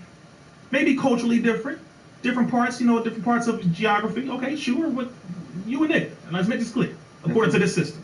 So if they say that, okay, then maybe we should get on the same page and find out what we agree on rather than the things that divide us. It's just really that plain and simple for me. I don't need to force you to say, you a Muslim. You know the word Muslim means one who submits to the will of God. It's actually an action. It's a title. It's what that is. All right, so it compliments anyone who says, I believe in doing what the Most High wants us to do. I believe in doing what the universe says is best. I believe in what goes around comes around. I believe in you got what you gave. All these scientific principles, the word Muslim literally means simply that, just so you know. But I'm not going to say, I'm a Catholic, you need to be a Catholic. I'm Muslim, you need to be a Muslim. There's no compulsion in what we do. Or should I say, there should not be. And that's the problem at this point. We should find out what we agree on. We're being murdered by our own people and by what's called race soldiers, also known as police officers, also known as domestic terrorists under Title 18, subsection 5 of the United States Code. We are being killed by other people. We have agricultural issues. Most of us don't know how to farm. We don't know how to cook properly. We have all of these chemicals in the old pipes in our cities. We have issues dealing with how we raise our own children. We don't know what to do with our own nutrition, how to properly eat, how to properly exercise. We have all these different issues from different diseases, STDs, including heart disease. We have too many problems. We don't own enough banks. We don't own our own schools. We don't have. I don't understand. But you know, in the ghetto, it's just like I don't see why we wouldn't follow it. I mean, the loyalty, the camaraderie, the togetherness, everything that you guys like. Just the morals, like everything that you teach. Why is it so hard for just, you know, in Los Angeles in particular, because I'm from Los Angeles, for us not to get together on that train and believe, you know, because I know for sure it's like a bad stigma over the nation. If I'm in the ghetto, if I'm talking to my homies or anybody like that, it's just like, okay, like the nation is good, but it's just like, it's bad at the same time. Like why is it so hard to, you know, get through to us? Well, first thing is, I'll say it isn't as hard as we thought it was. And we're doing a lot more. We, meaning us as a people, are doing a lot more positive than we know. It's just not being promoted as much as the nonsense is. And we promote it every week, all the different, for example, activists, brothers and sisters who are former gang members right now, Bloods, Crips, and all that, who turn their lives around and have different programs they created down here in the hood. Tons of them. We have the UpFest movement that we have in the Nation of Islam, which is the United in Peace movement. We've been riding for peace at the end of each month for nearly 10 years, bringing down the crime within the inner cities, not only from Watts to Compton to LA, Long Beach, South Central, all the way around, literally bringing down the crime. Mayors have been acknowledging that. City councils all across in different cities and states have been saying, can you bring that out here? We come together with Bloods, Crips, Mexicans, Black folk, lowriders, Corvette clubs, Harley Davidsons. At the end of every month, we've been doing that. We give out food. We're ending gang wars, bringing truces and making sure that we maintain and help them to be maintained. This is going on all the time. But if we don't promote it, then the idea doesn't get put out in the ethers of the universe and people don't have it in their minds so they think it doesn't exist. There's a lot more positive going on than what we know. So the thing is, number one, we have to promote more of it. That's the first thing. So that people see, oh, it does exist. Oh, damn, I didn't know that. And then they say, okay, you know what, I guess we can, you know, find some agreement. And let's do something positive because I didn't know it could actually be done. I don't know a Muslim could sit next to an atheist and be cool. Or a brother, black man, FBA, what do you want to call it, could sit next to a brother who's from a tethered African. That's one thing I was wondering. That's one thing I was wondering. Tariq, I know. Yeah, when you see my brother. Tariq, I love Tariq. Yeah, that's coming for sure. I'm already knowing. I know Trey, like you jump right there. Go ahead. Is that divisive? You think when you hear Tariq really like kind of divide black people between like immigrants and FBAs? Like do you think that that's a useful framework to view things through? Well, first of all, I know we can't necessarily be more divided than we've been in history. I'm sorry to say that, but it's already reached its apex, its climax, the top. That's number one. Number two, I know what he's doing is primarily focusing on us here because that's what we need to do. It's focus on our people here before we go help other people. So that's number two. Number three, it can be divisive if we focus more attention on pointing at the differences rather than the similarities. And that's with anybody. That's not just with Tariq or myself or you. That's with anybody. We got differences. That's a fact. Fried chicken versus Jollof. Stop playing. Exactly. Right? And but it's a cultural thing to it. And it's like, I don't care for either too much, but that's something that could be, we'll see, and it's like, okay, it's the comedy side of it now. Okay, now it's like, okay, cool. People get into that, but then you have others who say, okay, well, you have different things that you eat or dance or music or cultural paintings that reflect what we have over here too. Okay, so we can just find more things that we have in common. It's just that simple. So it can be divisive. That is a fact. But we need to focus more on what brings us together and unites us than what separates us. And I see Tariq do that too. That doesn't get promoted as much, where he does. Oh yeah. Let's talk about the connections we have, because we have a connection to the motherland. Do you think Tariq's right that only the foundational black Americans should participate in the hypothetical reparations? Primarily, damn right. What are you talking about? What do you, wait. Are you saying as far as who has to get paid or pay back? He feels like the foundational black Americans are the only people who should be getting reparations, if there ever are reparations. Well, I said the first thing is anyone who was dealt an injustice by the United States government where it was calculated and it was intentional should receive their just due. However, we just so happen to be the number one group of people who do not receive our just due. And at that point now it's very disrespectful. The Asians receive theirs. The Jewish state of Israel receives $8 to $10 billion off the top every year on the year since the mid-1940s, and their Holocaust didn't even happen here. Are you telling me the Chinese received theirs? Not a problem. The Italians, because you hung 11 of them off the coast, they received some too. All the rest of these people get their bag. But when it comes to us, those who built the nation, quite literally, were there other people who added certain pieces? Sure, America brought in people and forced them to do certain things. Internment camps for the Japanese, Chinese, different people, all that existed. The natives, you put them on reservations, you killed off a large percentage of them because of smallpox and blankets. General Amherst, who said, aren't you cold, don't you need blankets? And you killed off them, and you said, to take the mineral well, take the oil, etc., etc., to this very... The NBA is BACK, meaning everyone everywhere is about to go OFF. Time for another run. No sleep. To repeat. We don't have too much. On reservations, they are suffering to the tune to where there is rape running rampant, crystal meth addiction, alcoholism, but we have all of this happening in the black community as well. And you don't give a damn about black folk. Why? Because they still use us as a commodity today. They still need us today in the prisons. Today. They have insurance policies, not only on rappers, but on prisoners. Today. It's all happening at this moment. So I can't acknowledge you because I'm still using you. I'm still benefiting from you. So I can't, it's a conflict of interest financially. So maybe down the line is their intention. We may give you something back. And they're going to say this. We can't afford it because so far I calculated that they owe us between $50 to $52 trillion. And that's just University of Ottawa over in Canada. One of the professors just calculated $8 an hour, for all the hours of free labor, boom, boom, boom, calculated that for roughly, I think, over 100 years. And they came up with that figure for all of the over 40 million of us, etc. And the numbers, please fact check those numbers. But that's the idea. And they said that's roughly the amount that we are owed. And they said, we can't afford it. Well, I'm sorry to tell you this, but didn't you just send Kiev, Ukraine over $80 billion? Yeah, didn't you send more money after that? Didn't you send money to Afghanistan for something like that? You're sending money everywhere, but you're saying you can't afford it. No, print some more. Print some more. And not only that, but it's the land, by the way. So we're going to get into that conversation. But yes, we should for sure receive our just due because everyone else has received theirs or are going to receive theirs. So we for sure deserve to have our just due. No, but break that down though. So what would the reparations be about? So I think somebody says every black American will be, not black American, but like lineage, bloodline, yeah, right. Yeah. Would have received $250,000 cash. Now, outside of the cash, what exactly should black folks be pushing for? Most Honorable Elijah Muhammad, specifically in the back of every Final Call newspaper. If you have not received a Final Call, that's where I get most of my news and information from. 100% independent, black-owned, the #1 black news article and publication on planet Earth, complete real news. On the back of that newspaper, you have you have all the different points. 12 points of what the Muslims want, what the Muslims believe, what we want when it comes to reparations. The Most Honorable Elijah Muhammad said 8 to 10 states, with at least one state having an outlet to the sea, the ocean, so that we can enter into international trade and commerce. You already know, bringing in ships and porting with different items, whether it's technology, food, or whatnot, so that we can supply that to our own people. That's #1. So land is the primary objective. You have land.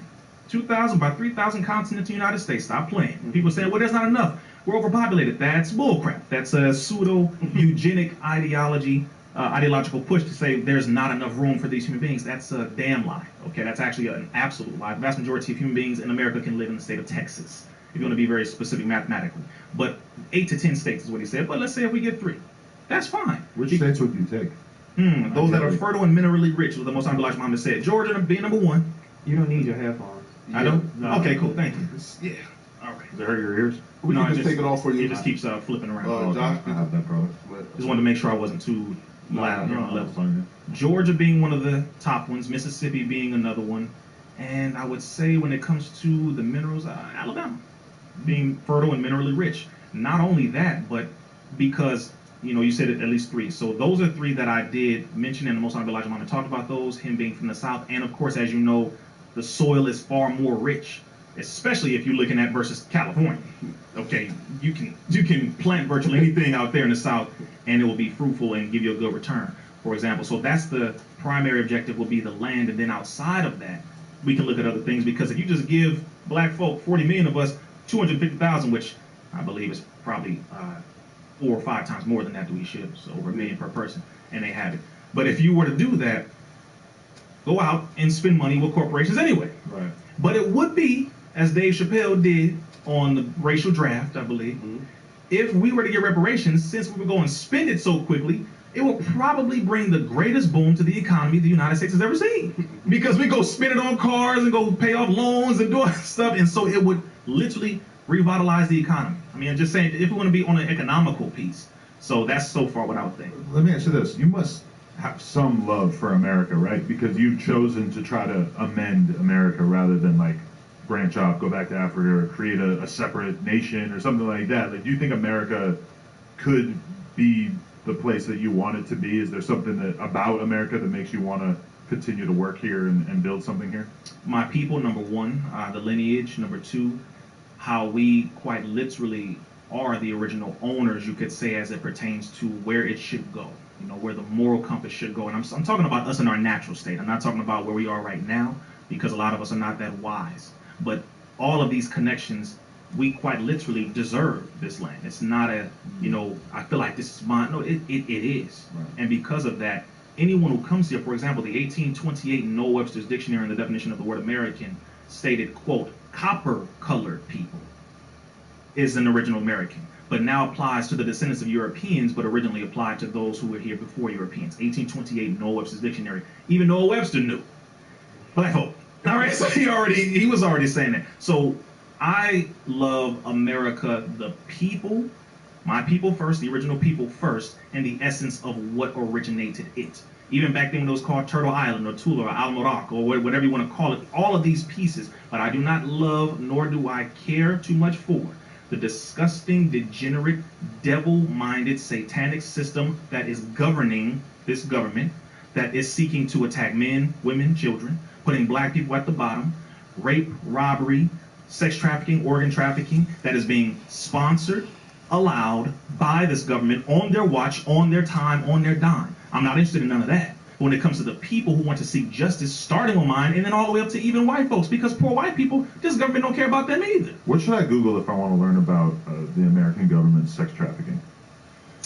There's one primary website. I believe it's sextrafficking.org. Don't quote me on that, but it's similar to that website where they go over the statistics, how many people, the hot spots, which is Florida, Texas, Orange County in California, different things like that.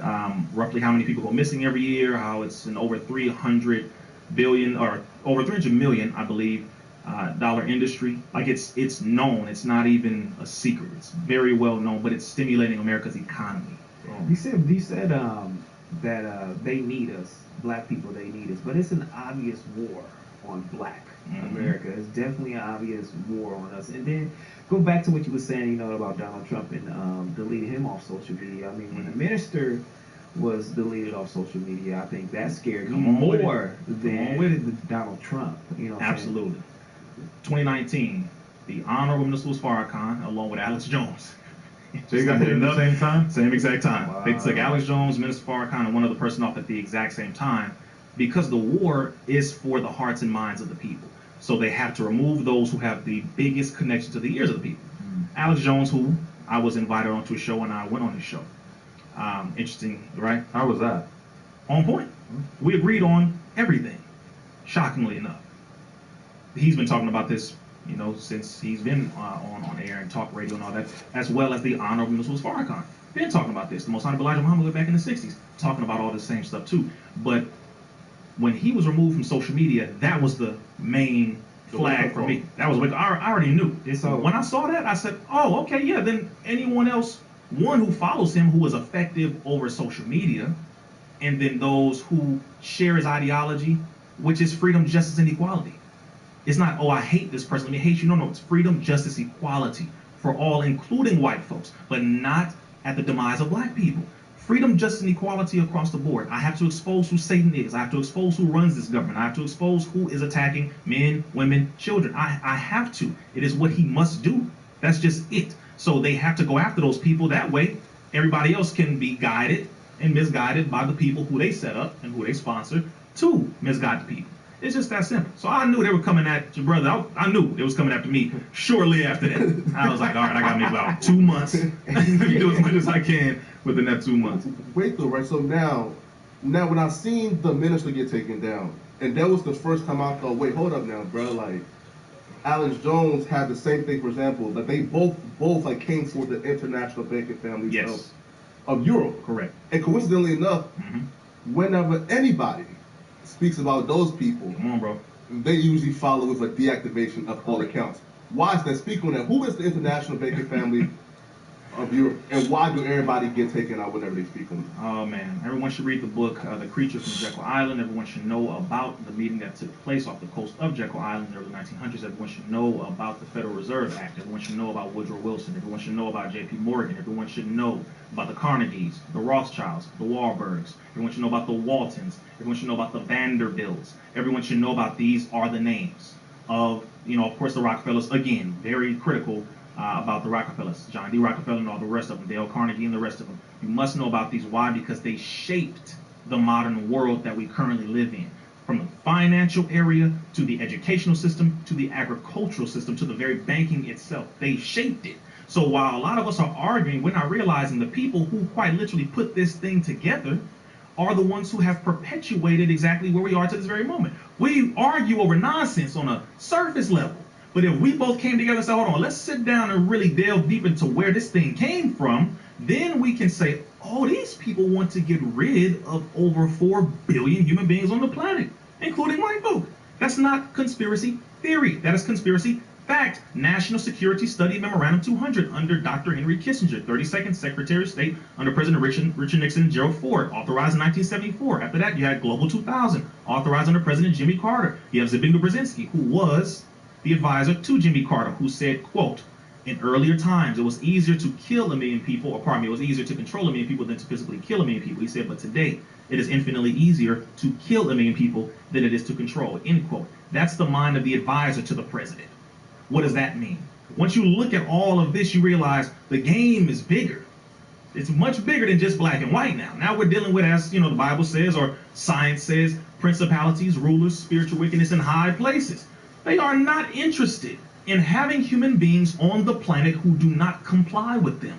Black, white, and all in between. They're not interested anymore. And the problem is social media backfired on them because it was supposed to trap us more and for us to give up more of our information so that they can trap us. But we started to put some stuff up in there and started waking people up. And now we're educating, and now they're like, God damn it, we didn't expect it to happen like that, or should I say so soon, which I wrote about in book number 2, which is another reason why you brothers with these RICO charges, you should have read the book when it came out. But it's a real thing. How do you feel about those RICO charges? They said at the same time. Yeah, man. Hey, because I've been watching, and I'm going to say, we understand ratings. But I caution those of us who have platforms, and I caution those of you with platforms that are, on YouTube or larger with the millions of subscribers or more, to be mindful that not only should the viewers be, received, because you're going to get those, but how you get the viewers is another thing. There are real people with real lives, and they get on here because a lot of them are not too wise. They want to get seen. They want to just express the truth, or they just say, you know what, I'm going to just talk. I'm going to just speak my piece, and they end up incriminating themselves, not realizing what they are saying is their truth, but what their truth happens to be is something that may or may not connect them to a criminal circumstance that could get them or people that they know arrested or put in jail, even though it may have been indirect or unintentional. So the RICO charges that I'm saying is that many of us on these platforms, please just encourage the brothers and sisters when they get on there and they start talking about their private business. I'm gonna say bro, you don't have to go into that if you don't want to. Right. Because the majority of these platforms I'm witnessing is they ask a question, and the moment people start confessing their criminal past, they don't stop them. They let them go, and it's like are being used and monitored by the FBI to incriminate people. But I don't think the YSL RICO involves anything from like interviews or anything like that. No, they did use they used the lyrics a little bit, but they really didn't need the lyrics. It's mostly just like they have some pretty gnarly evidence of that they were a very dangerous street gang. That's the accountability side on the person who's talking. Right. Because that's the other part. Don't get up here talking about that thinking that you got to glorify that now. It's 2022. You ain't got to, I shot it, bro. Sorry, anybody can get a gun. Sorry, like that don't make you hard. It doesn't. Just, you don't have to do that because then you can't blame people who bring you on the show. Right. When you self-incriminate yourself, that's the other part. So it's twofold. It's the people who provide the platform and it's those who utilize it. We have to take responsibility, because at that point now it's like you can't blame these brothers if you get up here talking about that, because once these RICO charges come, which they are activating these RICO charges, they're going to come. Be mindful. You can't blame anybody after a certain point. I just wanted to just kind of give that. Yeah. Now take a step back, because you spoke on the platforms who would dive deeper and ask more questions, probing into their criminal background. Now, you was on with a good brother called Corey Holcomb. Yes. And you said something. 5150. Yes, and like you said something very profound. You said Vlad TV is a culture vulture and a demon. Mm-hmm. Now let me just give you some a devil, right? Mm-hmm. You know, so like here's some little background. I personally never had no issues with Vlad, right? Mm-hmm. But I think Adam posted, I'm about to interview Vlad. Can somebody, what should I ask him? And I asked him, who, asked him, to apologize to the minister for lying on him. Correct, what you did. And since then, I guess I'm public enemy to Vlad now, right? Vlad fucking hates me now, right? He's gonna hate you even more after this. Did he talk about you on the academics podcast? No. No. He said, "Go hate you." So the economy is tanking. Reckless, far-left veteran solution. More spending, higher taxes. Could you just please break down why is Vlad a culture vulture and a devil, and then also just speak on exactly what he did to the minister? Sure. And why that was just so out of bounds. Absolutely. Well, the first thing is, to Vlad, you already know. This is why you haven't brought me on. Don't invite me. Make this very clear to you. Until or unless you apologize for lying on the Honorable Minister Farrakhan, taking out of context a specific phrase he said in the July 4th, 2020 address called the Criterion, when the minister was saying that those who are evil and wicked individuals going under different labels, Muslim, Christian, Jew, etc. He said, we must hurl the stone of truth until we knock out its brain. It's a metaphor. Hurl truth at falsehood until we knock out his brain. What he then said when he was interviewing D.L. Hughley, you as well, Mr. Hughley, do not invite me on. You already know, unless and or until you apologize. What he said was Minister Farrakhan said to hurl a stone at Jews. Okay, now, let me just say this. That's effeminate as hell. Okay, that's a female dog way of behaving right there. Let me just say that as a man. About a man who is 88, an elder. You don't have to agree with everything he says. Fine, that's fine. But you don't have to lie on somebody. That's kind of you're soft. There's something wrong with you. That's what any one of us who get up here lying on somebody, especially an elder who is fighting for the freedom of the people, black, white, whatever you want to call it, would knock that off. So when he did that, that's when I went off on him.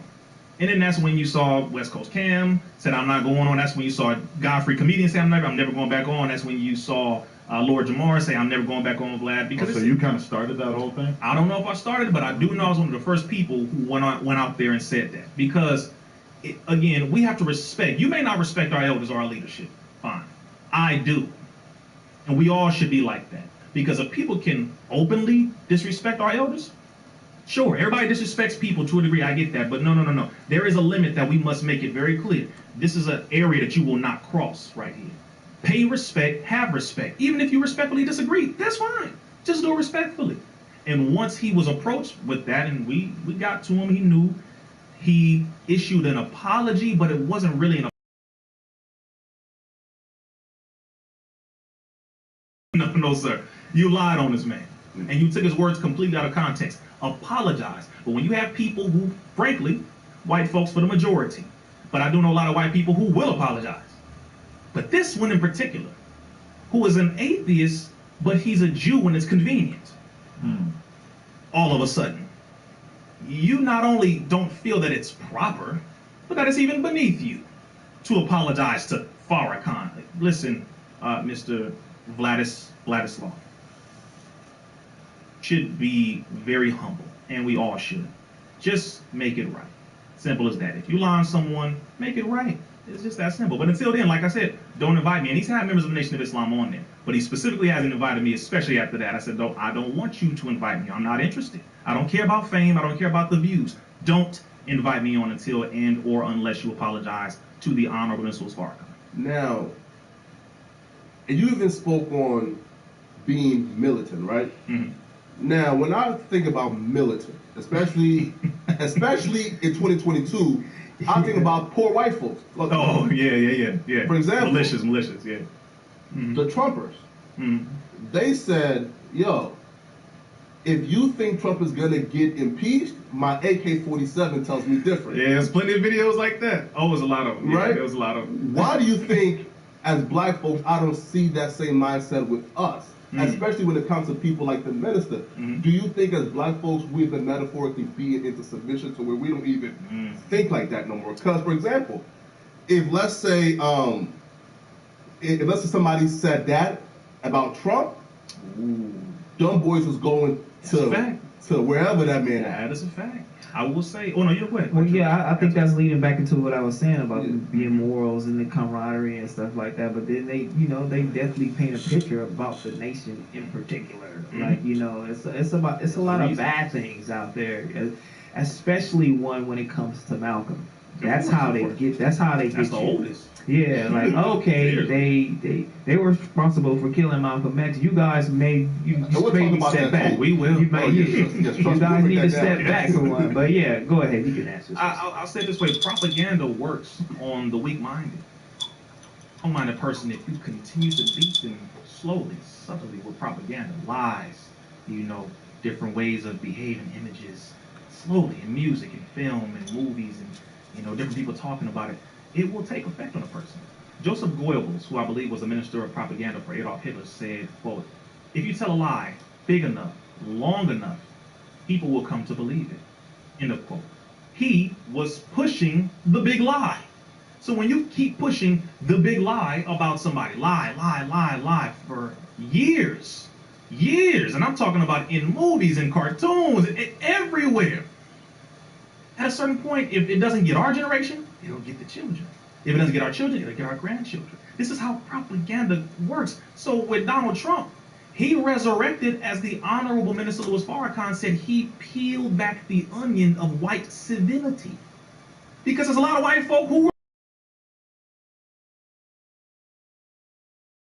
well, a lot of white people. Hey, the same white people that did not elect him on term number 2, right? Right, no, true. So at least some percentage of them came around, right? Who are not, you got some white folks who talk real dirty about Donald Trump. I was like, damn, I mean, I don't even use the term cracker, but they did. Listen, I voted for both Hillary Clinton and Joe Biden in order to express to the world how much I don't like Donald Trump. You had to prove that point, huh? Hey, I sacrificed a lot right there. Proved that point. Only to vote for another white man. And a white woman. He was like, so listen, I'm with the ladies, I'm with the veterans, everything. He did. Hill dog. Right.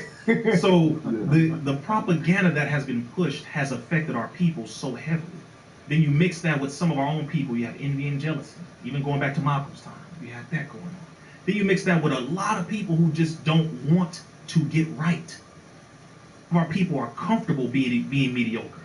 And I mean that. Comfortable being on Section 8, comfortable being on food stamps. They don't want to change a damn thing. I'm not trying to work. You mean build my own city? Nigga, please. Seriously. You have a lot. There's layers to this. It's not just one answer. There are layers to this thing. And when you really understand it, that's why the Honorable Minister Louis Farrakhan has been doing the work that he's been doing for 60 plus years. If I was doing the work, we have to all do the work that Allah, God the Most High, has blessed us to do. But I will say, when it comes to Donald Trump, he connected with the one thing that enough white people have been suppressing. And that is, I don't want to be replaced. And that is what Dylan Storm Roof was saying. That's what Kyle Rittenhouse was saying in their manifestos. They were all saying this, the great replacement, not theory. It's called the war of genetic annihilation. You're being bred out of existence because you're genetically recessive, we're genetically dominant. This is not racism, this is science. It has nothing to do with my feelings. You had something called the vanishing white American that they were talking about on CNN, saying that by the year 2042, America's going to be a majority brown country. You had in Texas, right? Oh, of course, brother. Yo, so Texas throw abortion in there too, brother. Listen, Texas just became pretty much like they became like the first state where now the brown people are the largest group. It's 40% brown, 39% white. How do you feel like? Again, I know white folks are gonna counter that somehow, man. How do you feel, or like, what do you think the plan is gonna be to build the wall? Make sure that's gotta be part of the plan. Right? The prevention of being replaced. White folks, when they came here after King George and all of that, Great Britain things, come over here, 13 colonies, boom, boom, boom, America, 1776, all right. They took this not to give it back. They took this land not to borrow it. It wasn't look, just give us 100 years and then we're going to go ahead and do our own thing. We just need this little stimulus package. That's not what this is about. This is what we're going to take. It's going to belong to us and our lineage and our posterity and forever and ever and ever. That was their goal. But the reality is, you're losing numerical majority in America. You already lost it on the planet. You never had it. The majority of people are melanated black folks across the planet. We're the majority. We've never been the minority across the planet. In America, however, we've been the minority. Hence the term minority. It's also a psychological trick to make you believe that you have no power and you shouldn't unite your body and you're not strong because of the minority, the bigger power, military force, etc. There's a whole lot of that that goes to that. But the point is, they don't want to be replaced, number one. Number two, some of them, we're talking about the real racists. We talking about like them ones that may make you feel kind of uncomfortable. All right, if you being genuine, all the white racists make me feel uncomfortable. There we go. Okay, cool. There you go. So those who you're like, yo, bro, I'm not with. Okay, cool. You have those who identify with Donald Trump's raw, racist, uncompromisingly, look, I'm a businessman, I'm not a president. All right, grab her by the vagina. He said the P word. I don't give a damn about you. Mexicans are rapists. Black folks are lazy. Hell, matter of fact, hit him in the head a little harder and we put him in police car. All of that. He sparked something that a lot of them have been saying, finally. But let's be real, it's not just white people. There's a lot of black people and Mexicans who resonate with the fact that Donald Trump seems honest, even though he's actually probably the biggest liar that has ever served office in America. But what would you say to a Kanye as a baby, a WAC 100? All these people have kind of just stated in recent memory that they support Donald Trump. Academics said it. I don't know. I don't know to what extent, if you were to quiz any of them about Donald Trump's policies, that they would really be able to tell you too much. But I'll quiz them about their identity. They wouldn't know too much. I love us, but we don't know enough to even make statements like that. We get a little money. We get above our people, or so we think. We're not in the hood no more. We lost the idea of what it feels like to not eat too much. We start getting to the point to where we like, okay, cool, I'm rubbing shoulders with these people. I got a lot of money here, boom, boom, boom. And you think that because you have more money, that makes you closer to an elite. Doesn't. You're a rich Negro. Every one of us will receive our N-word wake-up call. You will always receive that. You make the wrong person irritated, you will be reminded of exactly who you are. Every one of us, I don't give a damn how much money you have, because you're a millionaire and you can't speak the truth. You are still a slave, you just rich. You got more slave masters in your bank account. That's the only difference between you and me. But I can speak the truth where you can't. I would never trade places, ever. But at that point, we have to be mindful that humility is something that we all need to receive. Whether if you're rich, you're poor, whatever you want to call it, we have to sit down, learn our history, and learn the history, and then be willing to take responsibility and hold ourselves accountable for the things that we do and the things that we fail to do. That's for all of them. Because Donald Trump, yes, he awakened a lot within a lot of people. But like I said, that specific core group of the racist evil ones, so you said going to pull up on people if they threatened to impeach them or whatever, and there was a lot of videos on a lot of people with they guns. They didn't give a damn. They glasses off. They said, come get me, you know where I'm at, boom, boom, boom. It's because that's what they want. And guess what? I ain't mad at them. That's their great white hope. Go have them. They're supposed to do that. That's what you're supposed. But guess what? We're supposed to do the same, as you were saying. But the propaganda has made us weaker to where we don't even trust our own people. Donald Trump has been accused of rape for over 15 women, just so you know, for example, right? Why they bring that up? No, let's just wait. They not even, they like, okay, and that's still my man. Why aren't we the same? See, now mind you, I'm not justifying that, so let's get that clear. Right. That's terrible. No matter who does it and anyone does it deserves the consequences, period. However, I'm just saying there's a difference in how we treat our own versus how everyone treats their own. So we should be on code more with our people. If they're wrong, we need to check our own people. That's the point. But we also need to do right by our people and stick with each other, you know, as long as we can. Did you see the article in the New York Times about how, I guess, they uncovered that there was like Russian state-sponsored interference to basically paint Linda Sarsour as an anti-Semite? For people who don't know, she was like one of the leaders of the Women's March. She's Muslim.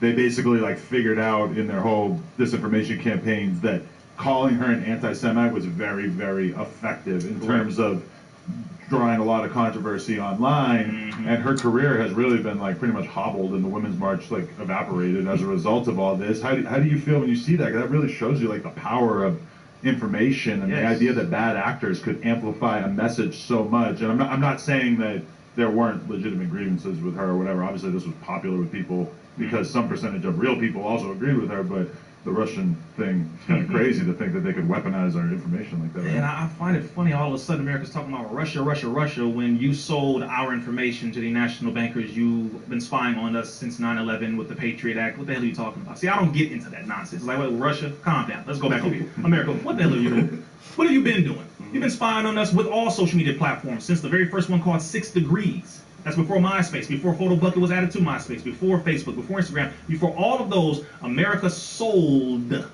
the access to the minds of the people to vested interest groups, private corporations, the military, the CIA, and the FBI, so that we could be investigated in a way where we would accept it. We would be infiltrated in a way where we would accept it. You pointing to Russia? Hold on. Again. White folks have their problems. Fine. But when it comes to America, I'm looking at what you have done to the people here.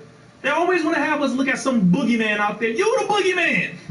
Your policies that have been very detrimental to the freedoms of the American people, white, black, and everyone all in between. You have done this. You have violated all of the constitutional rights of the people on a consistent basis in a way where we would accept it and saying it is for the greater good. Domestic terrorists and over $40 billion security system. And you're telling me that all of a sudden there's some terrorists in America? No, because you plan to do what you then did, 9/11, all of that. Yes.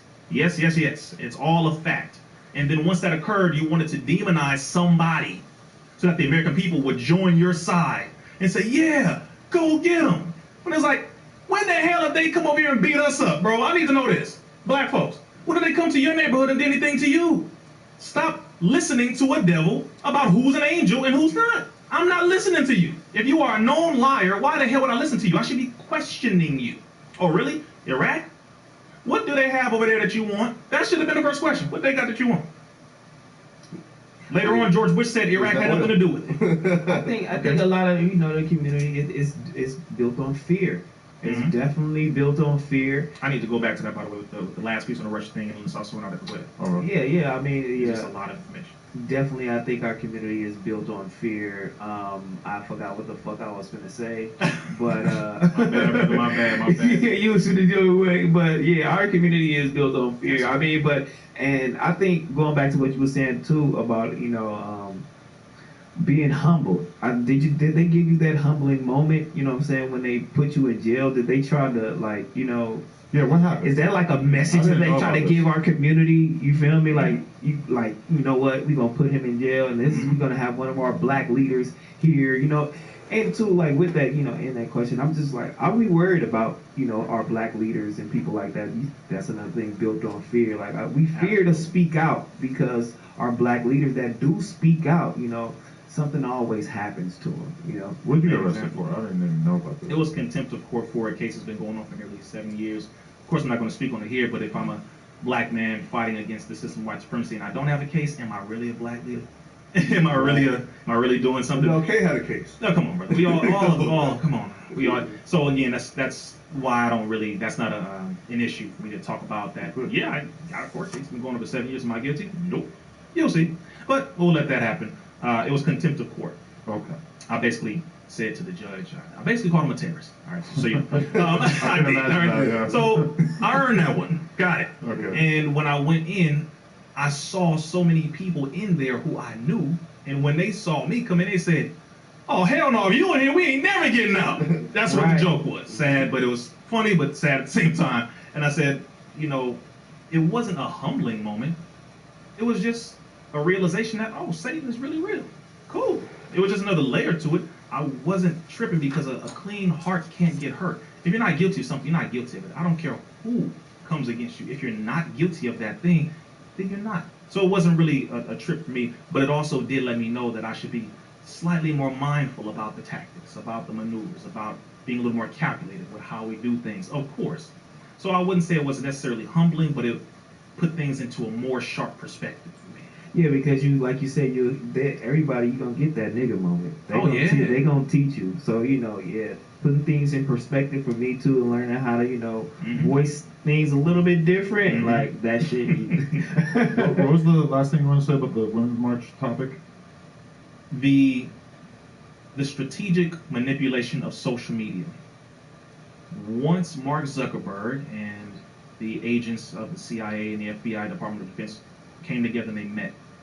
And they were looking at how they could use social media to their advantage, because you're pretty much providing all the information for them. So it's this kind of cut like 90% of the work for the U.S. government when it comes to who they need to investigate, where they need to go. Hell, what do you eat? What kind of car do you drive? You told them everything.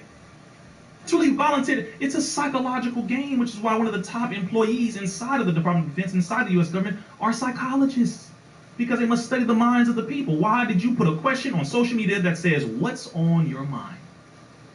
And why did you answer it? Why do you keep answering that? So at a certain point, you can't blame them because you just fell into the game. So they know how to manipulate the minds of the people when you go up against them.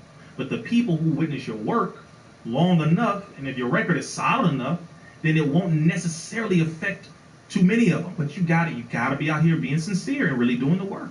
That's the only thing I will say, because really that's where God intervenes. Like, no, the people, they seen your work. They know you've been out here for years doing this, boom, boom. So no amount of lies will penetrate the minds of those who sincerely know and they feel. They feel you. They seen you. They witnessed you in person doing this over and over again. So, but what they did with her was very strategic, very wicked, and the anti-Semitic title is a trick that is used for people who criticize the negative things that people do, call themselves Jews. Just like people who call themselves Muslims do evil stuff, people who call themselves Christians do evil stuff. No, you're not a Jew, you're not a Muslim, you're not a Christian, you're a devil. Using that name, and you're really putting dirt on it. Judaism, Christianity, it's like, no, it already has dirt on it and blood in it, on all of them. But you are falsely representing it, making it seem as though you're doing good, but you're doing evil under that name. That's for everybody in every religious group in every single area. So when they used that, it was effective because, yes, there is this inordinate amount of control. And it's people who are Arab, it's people who are Muslim, it's people who are Jewish, people, all the different religious groups and all that, who happen to own parts of media and banking in different religious groups. So I got a question. How do you feel about seeing these protests overseas where there were all these women burning their hijabs? I haven't seen that. I haven't seen that. I can't even forget about I don't doubt it though. No, right. So pretty much like, so it was Iran. So Yeah, pretty yeah. much Gotcha. a 22-year-old female got arrested because there's a hijab rule there. And while in custody of like the Moore police, I think she was murdered. Or she died. I don't know if it was murder or not, but she died in custody. Right. So now females were at her funeral saying death to the dictator and taking off their hijab. Do you think that because of things that go on in the Middle East that gives Muslims a bad name all across the board? Interesting. Islam and Islam are two different things. Let's make this clear. Islam is the religion, being an Arab is a culture. So a lot of people mix up the culture with the practice of the religion. Like when you black, you Muslim, you're not a real Muslim. You don't wear a jalabiyah, you don't have that beard. Okay, bro, I'm black, I'm from Compton. The hell are you talking about? Like, I mean, let's make this clear. I'm not trying to be an Arab. You an Arab. Go over there. I mean, respectfully, let's stop. And don't put yourself on me. I'm not gonna put myself on you. Respect the culture. But things that happen in the Middle East, as long as they benefit the vested interests of America, minerals, diamonds, oil, America's cool with it. So let's make this clear. America's cool with that. They don't give a damn about women. In an Arab culture, there are a lot of things that are damaging to women. Can't drive, can't pray in the mosque, can't be a imam in the mosque. Dr. Ava Muhammad, may Allah be pleased with our sister, who is the national spokeswoman. She just made a transition, but I'm saying is because her essence will always be here.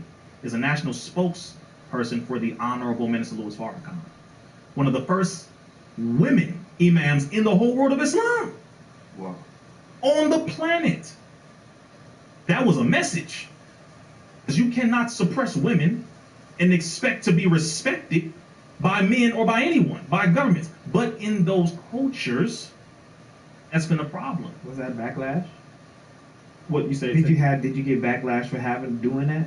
I believe the minister did receive some backlash because women are looked at as second, third class citizens in some of these Arab cultures. That's just the fact. They're really looked at as you can't come in the mosque, you sit over here, pray over there, you're supposed to be in the house, cooking, cleaning, don't do. I mean, there's a lot of things that are like, yo, that's not cool. But I will say that's not your version of the religion. No, clearly. Tell a black woman to walk 10 paces behind you, see what happens. No. Every angle, no. Okay, so absolutely not. No, definitely not. But I will say also to defend the part of the Muslim countries that is good, because there are some very, very good things. Muslim nations have been some of the only ones to elect women as heads of state. How Muslim countries? America has how many female heads of state? None. Okay, you see what I'm saying? So let's there's a balance here, but when it comes to the oppressive history, it is very well known. It is not okay. It should have ended a long time ago. So by them taking off their hijab, it is a protest because you're supposed to have your hair covered. The Holy Quran, there's the Bible too. It says have your hair covered or shave your hair off. That's in the Bible. So, Christian, what scripture is that? Go read it. But it's a very deep ingrained thing because the religion is ingrained into the politics, it's ingrained into the schooling, it's really ingrained, it's a theocracy, it's really in there. So if you understand that that's the area that you live in, just understand exactly what the ramifications are. But I will say, when there is injustice, as the Honorable Mr. Farrakhan said, the world is in the condition that it is in because of the disrespect of the woman. Now, man, listen, that's profound. Now, I do want to speak on Malcolm, right, before we Sure. get right ahead. So, I think it's Muhammad Aziz and Khalil Islam, right? Mm-hmm. They have been exonerated. Now that's after... I'm not guilty, y'all, just so you know. Yes. Now, that's after you guys been telling us for decades. This is before I was born. That ain't our work. Before I was born. Y'all been telling us that ain't our work. Mm-hmm. That's the government work. Mm-hmm. Now it's finally been proven that the Nation of Islam had nothing to do with it. Do you think it took so long? And two, do you guys now feel a relief, or do you feel like there's been too much damage done to the brand? I'll just say it this way. If you believe this U.S. government, I really don't care. Because the people in the hood know for the vast majority. When people get on these platforms and they talk, my only question is, where are you from? Because when you go in the inner cities, you see us there. We may not be on every single corner because you're talking about millions and hundreds of millions of people. Come on, so we do our best with the numbers that we have. If you believe that lie, even after these brothers being exonerated, even after Dick Gregory told you that the government was going to get Malcolm, and he told Malcolm the day it happened. He got on the phone with him. He said, I'm not going to be there because I know today the U.S. government is going to get you. Even after his daughter said that the members who shot my father, specifically Ilyasa Shabazz, she said the members, they were not members of the Nation of Islam who shot my father. Even after Raymond Wood, an undercover NYPD agent just last year, confessed on his deathbed and gave the letter to his cousin, I believe brother or cousin, gave it to him where he said that we killed Malcolm. Raymond Wood, if you don't know who that is, it all continues to come out. However, people say, well, the nation was responsible. The U.S. government, the FBI, had agents, not just Eugene Roberts, but Raymond Wood as well. Malcolm he had so many agents around him to where it's like, you don't want to believe the U.S. government did it because you don't want no smoke with them. You want smoke with your own people. See, it's easy to beat up on a black man all day long if you're a black man. Yeah, nigga, police officer. Mm-hmm. See, now wait a minute. See, now again, you gangster. You real gangster when it comes to attacking your own people. But when it comes to a group that is continually, and I'm not advocating for beating up white folk, I'm saying someone who is doing evil deeds towards you for no reason, attacking you, billy club beside your head, gun, punching you, whatever, throwing you in the car for no reason. You won't defend yourself. Because you really don't think you are worthy of being respected. But when it comes to a black man, yeah, that's that nigga right there. See, that disgusting hypocrisy right there is why a lot of us have not moved forward. Because if they witness and recognize, you can't mess with our people. All right? If we did something wrong, okay, we have to suffer the consequences, sure. If I did that, then okay, then I did that. But if I did not do that, and you're mistreating me for no reason, then I have the right to defend myself. That's the law of nature. Absolutely. So when it comes to the whole Malcolm story, you can believe it. Because some of you are not even worthy to fight back because you don't want to. That's the fact. I'm not interested in people talking about guns. Knock it off. The stuff you got is knockoffs. Just make this clear. All the guns I got is knockoffs. If you don't believe in God and you believe in a gun more than God, that tells me all I need to know. And this is out of love. So people believe the Malcolm thing. There are too many books. There are too many documentaries. There are too many confessions. There are too many people who have already said no, no, no, no, no. It wasn't the nation. No, no, no. Eugene Roberts, Raymond Wood, the documentary on who killed Malcolm was actually pretty decent. It was pretty decent. I recommend you watch Demetric Muhammad on who killed Malcolm X. I recommend you watch Dr. Wesley Muhammad on who killed Malcolm X. And I'm saying you have to have the attention span to go into this because the documents have been released. There's hundreds of pages of this. So if you really want to know, then go ahead and watch those different videos from the people that I have mentioned. Also with Minister Farrakhan, with who killed Malcolm X or Malcolm X, what really happened, where he goes over and where he continues to tell the U.S. government, open up the files. He said it. Open them up and show the people who really did it. You know why they didn't want to open up the files publicly? Because they knew who did it. They knew who did it, and they helped to sponsor it. So I don't really get worked up too much about that. It's just really embarrassing. I'm 32 years old, bro. That happened before I was born. Years before I was born. Now, oh, sorry. You know, so yeah, it's kind of embarrassing. Kind of like, okay, y'all, men, women, and children to this day, we all kill Malcolm X. If y'all don't knock this off at this point, stop it. The Nation of Islam has resurrected more lives than anybody you can name to date at this point in America. Second to the Garvey movement, but right next to that, Mohammed Elijah Muhammad, Nation of Islam. So at this point, it's kind of like, give credit where it's due for the good work that's being done. If you want to talk about Malcolm, then maybe you should start eating one meal a day. You want to say you love Malcolm? Stop messing around with white women. Sorry, I'm just Malcolm X. Right, just Malcolm X. If you say you love Malcolm X and all that, okay, stop smoking weed because you're talking about Malcolm Little, not Malcolm X. Stop drinking alcohol because he didn't do that. Stop doing what you're doing, all these things that go against what he was believing in and what he was doing, because then you can sincerely say you love Malcolm X. If you're doing any one of them things or more, then your love is false. And I have to say that. Knock it off. Because there's a separation here. You say you love the person because he's gone. Farrakhan been here, and you ain't listening to nothing right now. You see what I'm saying? It's because too many people don't want to be held accountable. You don't want to change. You don't want to do right. You want to point fingers at everybody else. White man, government, you over there. But you don't want to sit down and say, wait a minute, what am I doing to contribute to the perpetuation of the degradation of my people? What am I doing? You know what? I ain't gonna lie, man. I was one of the people that actually thought the nation killed Malcolm X. I'm not even gonna lie. I'm like, until I'm shout out to my homie Sakir. He let me look at this video, Hidden Colors, that Tariq Nasheed did, and that volume one, that really it made me really love black people.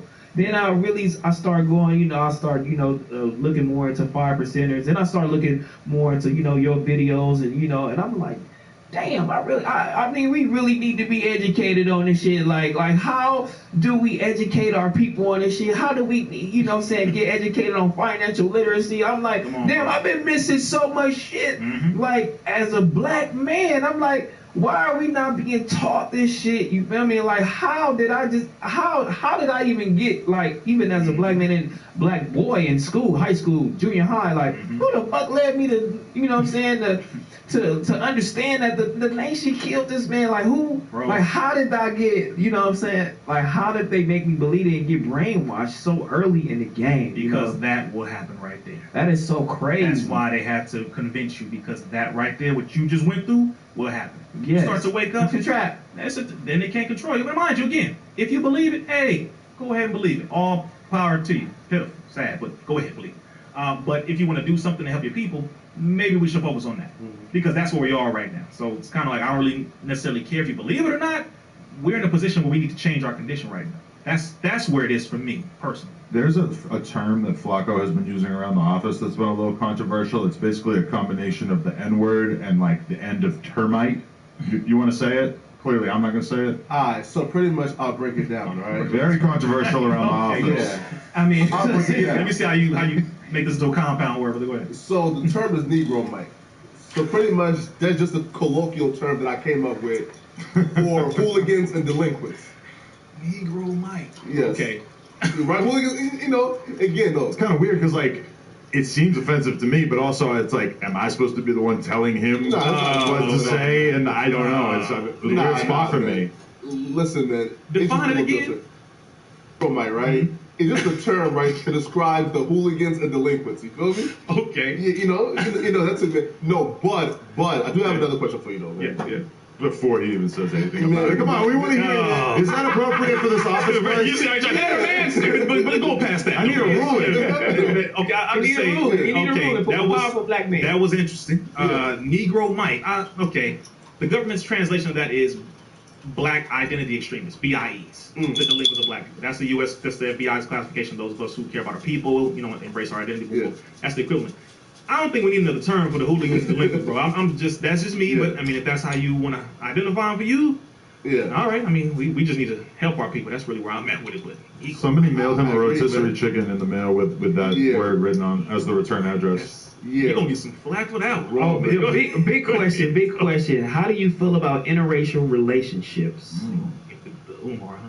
Yeah. I mean, because my powerful brothers, they own the same thing you own. So I'm just like, how are they not? Is it maybe a religious thing? Like, how are they not? Because his girl's half nation, white, so he's kind of mixed up. He's like, I don't know how to feel. I mean, I'm gonna just say the percentage is higher. She black. Smaller percentage white. 15% German, but 60% Liberian. Like, crazy. No, I don't necessarily advocate for it only because we were not able to love our woman. Okay, now a lot of people are like, man, that was the past. Okay, well, let me help you understand this. Love us so deeply that I want to see the fullness of myself in my posterity, in my child. That's all.